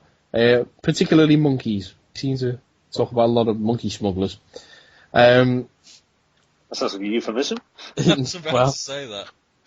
The next story is about drug smuggling, which is not something we cover very often. However, I realised that we probably best talk about this one because it was about a woman who was caught smuggling cocaine inside her breast implants. How long do you reckon it will be until rappers start saying that in their songs? I mean, because as soon as it was revealed that yams were being used to smuggle cocaine, 2 Chainz was in his songs going, "I'm in the kitchen, and the kitchen is full of Well, so any minute, medium-sized Dave has already rapped about it. Eh? I believe medium-sized Dave has already wrapped us up. Probably. I was going to say, I open those Dave. titties and I injected shit. I put my coke in the titties, bitch. I'm gonna put you on a plane and send you to Spain where the motherfuckers go, and I cause you pain 'cause your bitch-ass titties looking all red and all swollen and shit, and that ain't your head. No, they your titties on your chest. That's where I put my cocaine up in your vest. Yeah, you don't see them. They up there, no. But then they come along and go, hey, look at your titties. They look quite swollen. You hadn't shit inside of them? No? Okay, maybe you are. I'm going to take you over there and pull up your bra. I'm going to feel on your titties, feel on your chest. I'm going to take the cocaine out and smack you in the face. Medium-sized Dave and representing his Swag. There you swag off. Conservation. Swag conservation. There's only a limited amount of swag left in the world. I hope you're neutralizing your swag footprints by planting trees. Yes. Oh, dude, that reminds me. After we record, I need to talk to you about something regarding swag conservation. Okay, good. Because let's face it, you must remember to conserve swag. If you turn your swag on, turn it off again once you're finished. Okay. And if you whip your hair back and forth, please be considerate of other users of public transport. Yep. Yeah, there's not much else. I think I covered it all really in the wrap there. But yeah, pretty much. Yeah, one was stopped by border police in Spain. They noticed that her breasts were swollen and she had fresh scars and blood-stained gauze on her chest. The police are apparently suspicious and sent her to a local hospital where the implants were removed and found to contain cocaine. So yeah. How bizarre. Yes, indeed. Right. Have either of you ever been to McDonald's? Ooh, once or twice. Yes. Have you ever been to... gangbang. Yeah. Have you ever been to Australia? No. No. I'd like to, though. Well, if you go to Australia fairly soon, you may be able to go to McDonald's. Oh, I do apologise. No, you won't. If you go there between January 26th and February the 4th, you'll be able to visit Macca's. Huh. McDonald's is officially changing its name in Australia. For a month? For a week. So to celebrate Australia Day. Apparently more than half the people in the country refer to the fast food restaurant as Macca's. So they're going to change it. Just for a week. So they're going to change all the signs and everything. D's. No, they're just going to call it Macca's. No, I mean, if they did it here in the UK. They'd call it Mackey's, wouldn't they? I call it Mickey D's, to be honest with you, so... I call it... And I'll serve all the burgers upside down. That's the proper name. Yeah. They'll serve all the burgers upside down, yeah. And the cheese will fall out. Well, that's an interesting way of looking at things. You've got a very pessimistic attitude, Tom. I don't think I like it. You're Australian and Oh upside yeah, down. that's one thing I've promised my brother when I go to C2E2 this year, which... Mike, is there any way that you can afford a plane ticket to be able to come with me? Because that would be awesome. You forget, I don't have a job at the moment. Steal the money, bitch! Oh, from where? If I did that, if I figured out how to steal money, I wouldn't need a job. Well, you could be a prostitute, I don't know. Tom, I'll meet you in 20. It's alright, I've got 50p. Hey! Pay for boss, mate. Let's go play on swings. No, but I said to my brother, thanks to that, do you know that Five Guys video where the guy's like, damn! Have you been watching videos of Five Guys in? Fucking hell, Tom. No, well, I wonder where that one went. Yeah, we lost that one. But because of that, I promised Simon that I'd go to that Five Guys restaurant thing and buy the burger. And specific, eh? What burger? The one in the video that went around, the viral video that was all over YouTube where they turned it into a song and it was like the fries bite back. This burger's so good. Damn. I have no idea what you're talking about. Oh well, I'll put a clip in here somewhere. Oh okay. And then, but yeah, I said to Simon I would go and get the burger from there just so I'd like ring him and he'd be like, hello, and I'd be like, damn, down the phone. Okay. Or something. I also need to go to to Wendy's because their burgers are apparently Frasian, old-fashioned. Yeah, of course, I forgot about that. Right. Wendy burger. Next story. I actually tweeted this from the show account yesterday. Which one? From the 50 Foot Nerds account. Oh, okay. Yeah. We do love IKEA Monkey. We do. We do love IKEA Monkey. Darwin is his name. And he's actually got his own video game. Awesome. There's a Flash video game where basically it's unusual because basically it's about Darwin, the IKEA monkey, trying to build a cabinet. So he has to go through the IKEA. He has to go through the IKEA car park and pick up the items that have fallen out of his IKEA box. So basically, you've got to find bits of wood, some screws, an Allen key. But the thing is, though, is you have to avoid all the cars that get in your way. If you pick up bananas, you pick up enough bananas, you'll get extra large. And there are all customers and shopping trolleys coming at you. And you have to avoid the shopping trolleys. And if customers come at you, you can throw shit at them to to get them out your way. Literally. Literally, yeah, you throw your shit at them. And if you go to, let's see, IKEAmonkeyshirt.com/game.html, that's where you can play it. As I say, I'm currently playing it now. The link is on the 50 Foot Nerds Twitter page. Oh no, I missed a rod of Dowell. Yeah, oh yeah, Dowell rods, yeah, forgot about that. Sounds like a Spectrum game from the 80s. It plays pretty much like it. It's funny that it's quite difficult. The more you get into it, it is quite difficult. It took me a couple of goes. So yeah. And our final piece of news this week, you've probably seen this. It's been all over the internet. It's been in newspapers and everything. A little while ago, someone went onto the White House website, whitehouse.gov, and started an official petition. Now, if you start a petition on that website, they have to. If it gets more than 25,000 signatures, it has to be officially looked at by government. This is the same place we were talking about before, where someone put the thing up about how American justice should be meted out by policemen on motorbikes and stuff. Yeah. This got 35,000 signatures, which is a lot more than the other dude got. This guy wanted the American government to build a Death Star. Yes. Precisely. Yes. As I say, it got 35,000 signatures, so they officially looked at it, and they've issued a reply. Okay, this is from Paul Shawcross, who is the Chief of White House Office of Management and Budgets, Science and Space Branch. That's fucking difficult to say. I'm going to have to read pretty much the entire thing on this because it's fucking awesome, his reply. Because they did come back with a funny reply, didn't they? Well, yes, he wanted this guy wanted a construction of a Death Star to begin by 2016. The title of the rebuttal is called "This Isn't the Political Response You're Looking For." Petition response. Sorry, yeah, this isn't the petition response you're looking for. Okay, it says, "The administration shares your desire for job creation and a strong national defence, but a Death Star is not on the horizon, and here are a few reasons." Andy, can you play in some Star Wars music underneath this, please? Yep. Okay. "The construction of the Death Star has been estimated to cost more than 85... hang on, I'll fix this. 1, 2, 3 trillion. 850 billion trillion or something. No, I think, yeah, you're probably right, actually. 850 million trillion, I think it is. Yeah.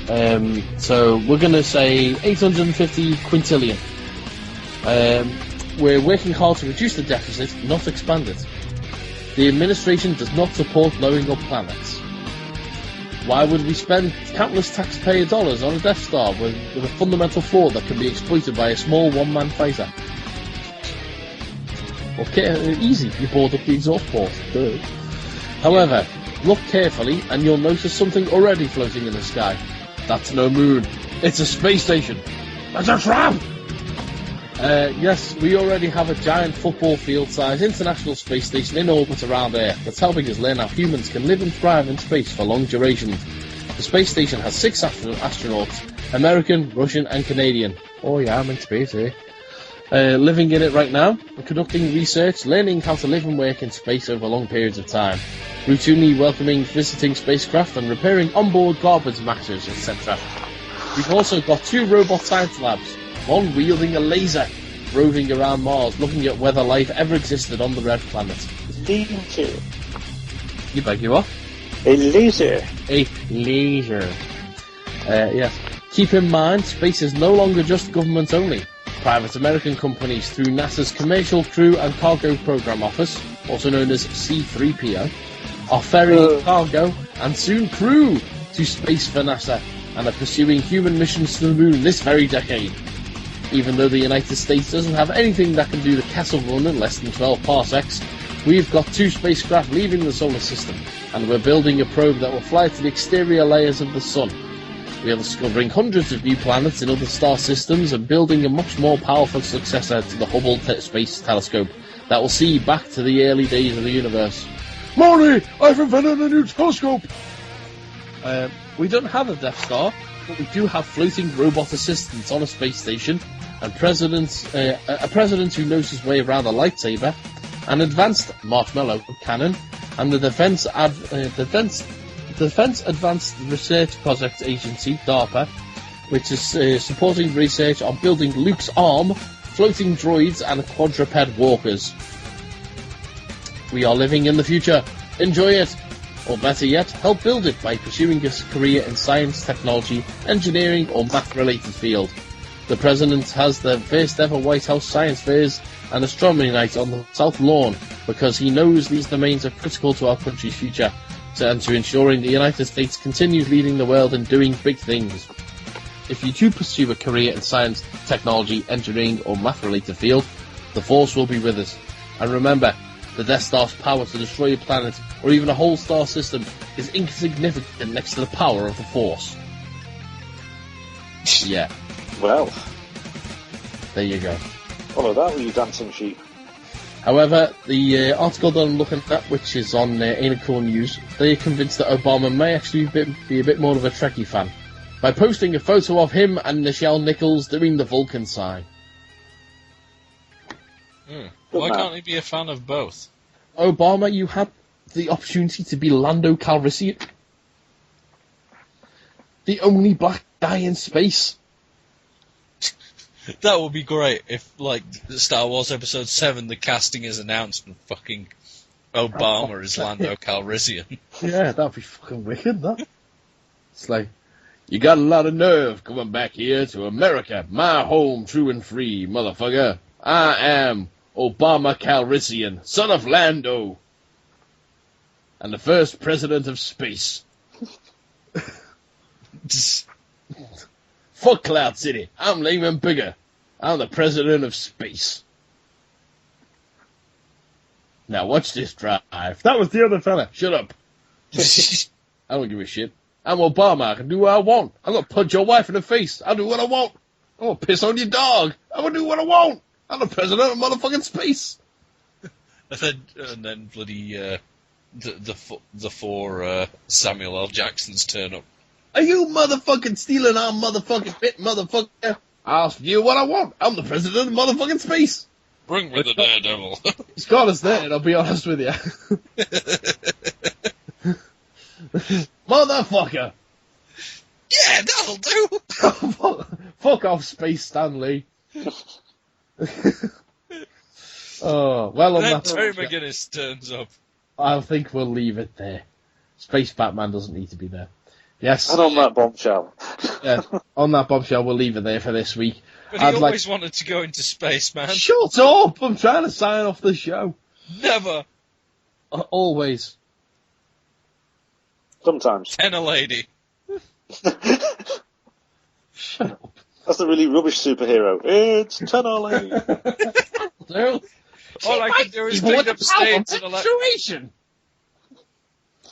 all I can do is clean up stains and help women run around in white jeans. Roller skates with dogs. She's shooting blue liquids at us. No. Power of the evil red goosh. Anyway, that is the end of the show for this week. Yes, I would know. That is the end of the show for this week. I'd like to thank Tom for coming on and being a guest there, Ned. You were funny, sir. Thank you. Yes. And of course, we'll let you know how your predictions went on for the Oscars, BAFTAs, and the Razzies.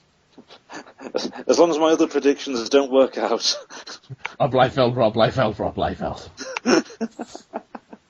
All that remains to say is that you can catch everyone on Twitter. We've got the show account, which is at 50footnerds. You've got the email address, which is 50footnerds@gmail.com, and Facebook, which is facebook.com/Attack of 50footnerds. And check out our YouTube channel. As I say, we're on Twitter ourselves in being normal people capacity. Mine is at Mike G. Bell. Andy? Mine's at Vaults of Extoth. And Tom, if you want to let people know where they can find you. Yeah, mine is Tomptation _ so that's like temptation, but with an O in it.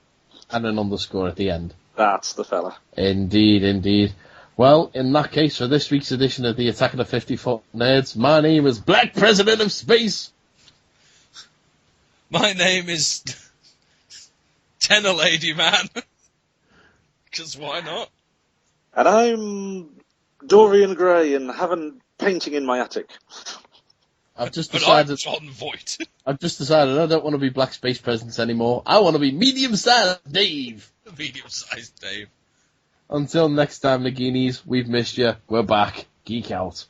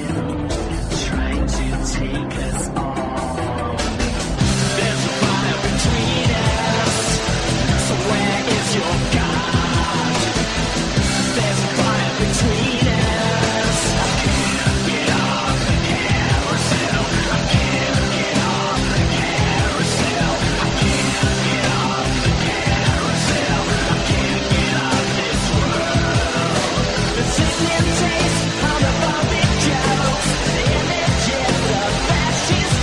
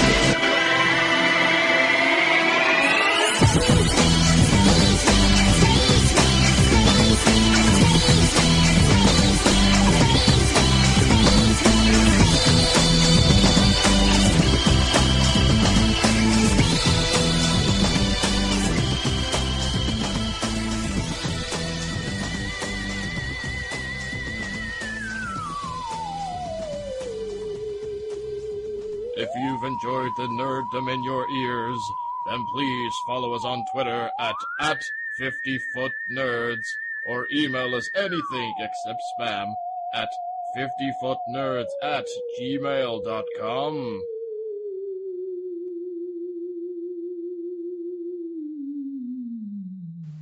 Blah. Yeah. That's a fucking space Dracula. Blah. Or a drunk sheep.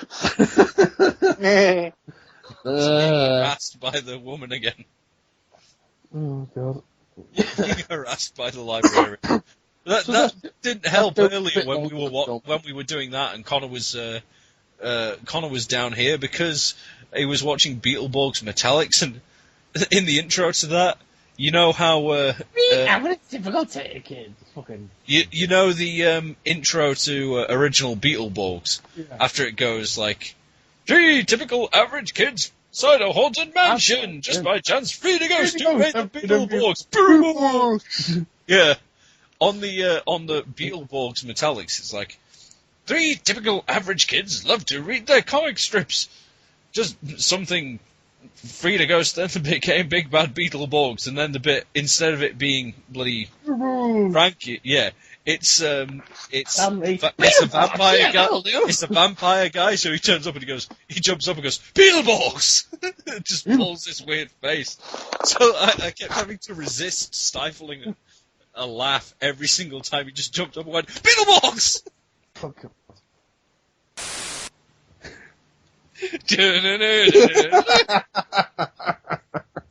Just that, I'm trying to end the advert properly, just call everyone a bitch. What the fuck was that?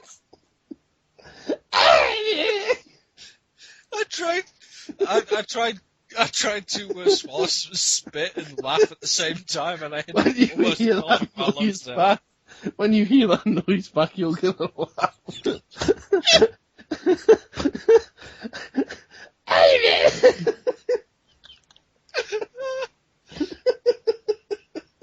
I'm gonna piss myself. Oh god, that's awesome. We have a pre-credits clip as well now.